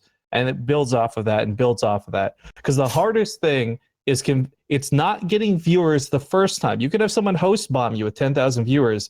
It's being good enough and having somebody want to come back the second time that I think is the real hurdle with content creation on Twitch. Yeah, it's getting the follows on Twitch and the subs on YouTube. Yeah, I think the thing that solidified for me was like when we were back, and I will even admit I was a terrible, I didn't know much about the game at all. I could barely speak with confidence. I had a bad microphone, but we would have 500 viewers, and that was cool. Then one day we finally got partnered, and I remember this day so clearly. We had 5,000 viewers, no front page time. It was like White Raw and a King of the Hill or something. And that was a really cool feeling. But the better feeling that solidified my choice to stick with StarCraft 2 was the next time we went live, instead of 500 viewers, we had 800. 300 of those 5,000 decided to come back for number 2. And that was what was important to me. And even nowadays, with the bigger numbers that Base Trade TV gets, we're on the front page with 8,000 viewers. Front page time ends, we're still at 7,000 viewers. We convinced people to stay. And I think that's what a lot of content creators need to do, is have content that convinces people to stay, not convinces them to come in the first place. That's my take on it, at least. Cool. Very good answers, you guys. Thank you so much. So we're going to go ahead and wrap here. You guys have been great. This has been one of my favorite episodes, actually. This has been like a lot of great time. I feel like we could actually easily go on for a couple more hours. There's so much to talk about, but alas, I have to end this. So, Neuro, where can people find you? What are you up to? How can people help you out or check out your stuff? So the next big thing for me is I have a class on Saturday. It's going to be on production. It'll be at noon Pacific time. And we're going to look at the fundamentals of how to get an economy going, how many workers you should have, and then for all 3 races, how much production you should be able to have to spend your bank. Because that's really the essence of moving up, right, is putting more stuff in the game so you can take advantages with that stuff. The previous class is on scouting. The link to that, I think, is in the PDF for this. I will be at DreamHack Austin. I'm on the wait list for getting to play, so we'll see if I get to. There were tons of signups for this one, which it's cool that there's tons of hype, but unfortunate that maybe not everyone's going to get to play. But yeah, I'm enjoying stream. I'm still doing this full time, and it's been great being on the show. Thank you. It's been great. Rifkin, how about you? I'm actually thinking about Neuro's answer, and I'm terrible. I could take that class, and I'm just cool. More things for me to F2 and lose with. Great. But for me, I mean, I've got my own social media stuff, but honestly, guys, I just want you to check out Base Trade TV sometime if you haven't before, or maybe you've hated me in the past and you just heard me be a bad caster or whatever. We've changed a lot over years, and I would hope to convince people to give us a second try or check us out for the first time, because we're putting some pretty good shows nowadays. I know BTSL was less than everyone's expected hype, but I mean, even this week, just yesterday with the Elima League, I feel like we had a really solid show. We had really great players and good games. So I hope you guys will come check out Base Trade TV sometime. That's all I can ask for. Yeah, and I definitely suggest everyone checks that all out. As far as me, it's really more about the Pylon Show. I hope you guys are enjoying it. In Control couldn't be here again. He was in London, being the best Warhammer player in the world.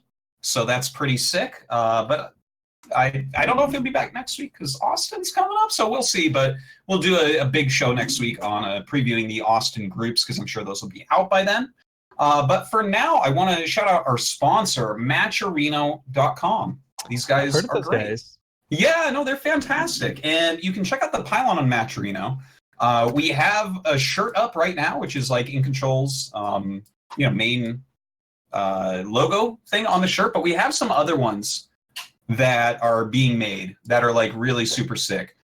My new logo. I got a new logo, guys. Someone made a Artosis. It's like a Game of Thrones looking turtle soldier. It's like amazing. And like all I do is turtle. So that is, it's awesome. We have a lot of really cool ones coming up that you guys are going to be able to check out. They're not up right at this second, but you should go to the Matcherino.com webpage anyways. You can type in Gateway and add the code to add $1 to that Matcherino. And there's some goals where if we hit those, I'll be beating In Control's ass in some StarCraft matches. Wow. So that would be fun, right? These are some sick shirts. May I help you sell out for a moment, Artosis, since this is what I do best? Yeah, please. You guys might not have realized, but if you're going to DreamHack Austin, you can actually get tickets through the Pylon Matcherino for cheaper than the DreamHack website. So if you buy them through there, it'll also support the show while saving you a few bucks on trying to get to DreamHack Austin. Beyond that, there's a really cool new feature they've added in recently. We got to pioneer it, so I'm a little proud to see you guys are using it too. But there's a sponsor section where if you follow the Pylon on Twitter, if you check out tweets they've made or visit their Patreon through that link directly, you can add 10 to 20 cents just for clicking a link. To give you guys an idea, advertisers normally pay like between 1 and 4 cents for a link click. So Matcherino is helping Artosis and In Control for like up to 40 cents a click. That's all it takes. 1 click after logging in. Damn. So the Matcherino page is going to help out the show a lot. Rifkin, you know, it's like when I play a game against a top pro, right? You play, like Neuro, you were saying, I play against DY, I'll lose 50 out of 50. And then, like, I'm trying to talk about a Matcherino page, then Rifkin takes over. I'm like, I'm not cut out for this. Like, I know nothing about talking about Matcherino. Yeah, I've been working with Matcherino for so long. I mean, there's the thing that still blows me away is just how legit, right? Like, I had my skepticism at first. I'm like, who are these guys with money? They want my money to you. But honestly, they've put so much money into not just StarCraft 2 through us, but through other content creators like the Pylon here. I think it's worth checking out. And honestly, guys, it's worth your click. It takes 1 second and adds a couple of bucks here and there. And the other thing to mention is Patreon. We do have a Patreon up for the show, and I'm like really blown away by how much support we've already got. So thank you guys. Check that out, patreon.com/ThePylonShow. And we have some different tiers where, you can ask questions that'll definitely get answered on the show and things like that. And so, yeah, check that out as well. And I guess that's about it. A big shout out to Cobra once again, setting the show up and producing everything. Basically took care of everything. He even invited you guys, great guests, to have on. He wrote all the show notes. He does everything. Praise Cobra. So thank you to Cobra as well. And hopefully we'll have Jeff back soon. Thank you guys for watching, and we'll see you next week. Thanks for having me. Cheers.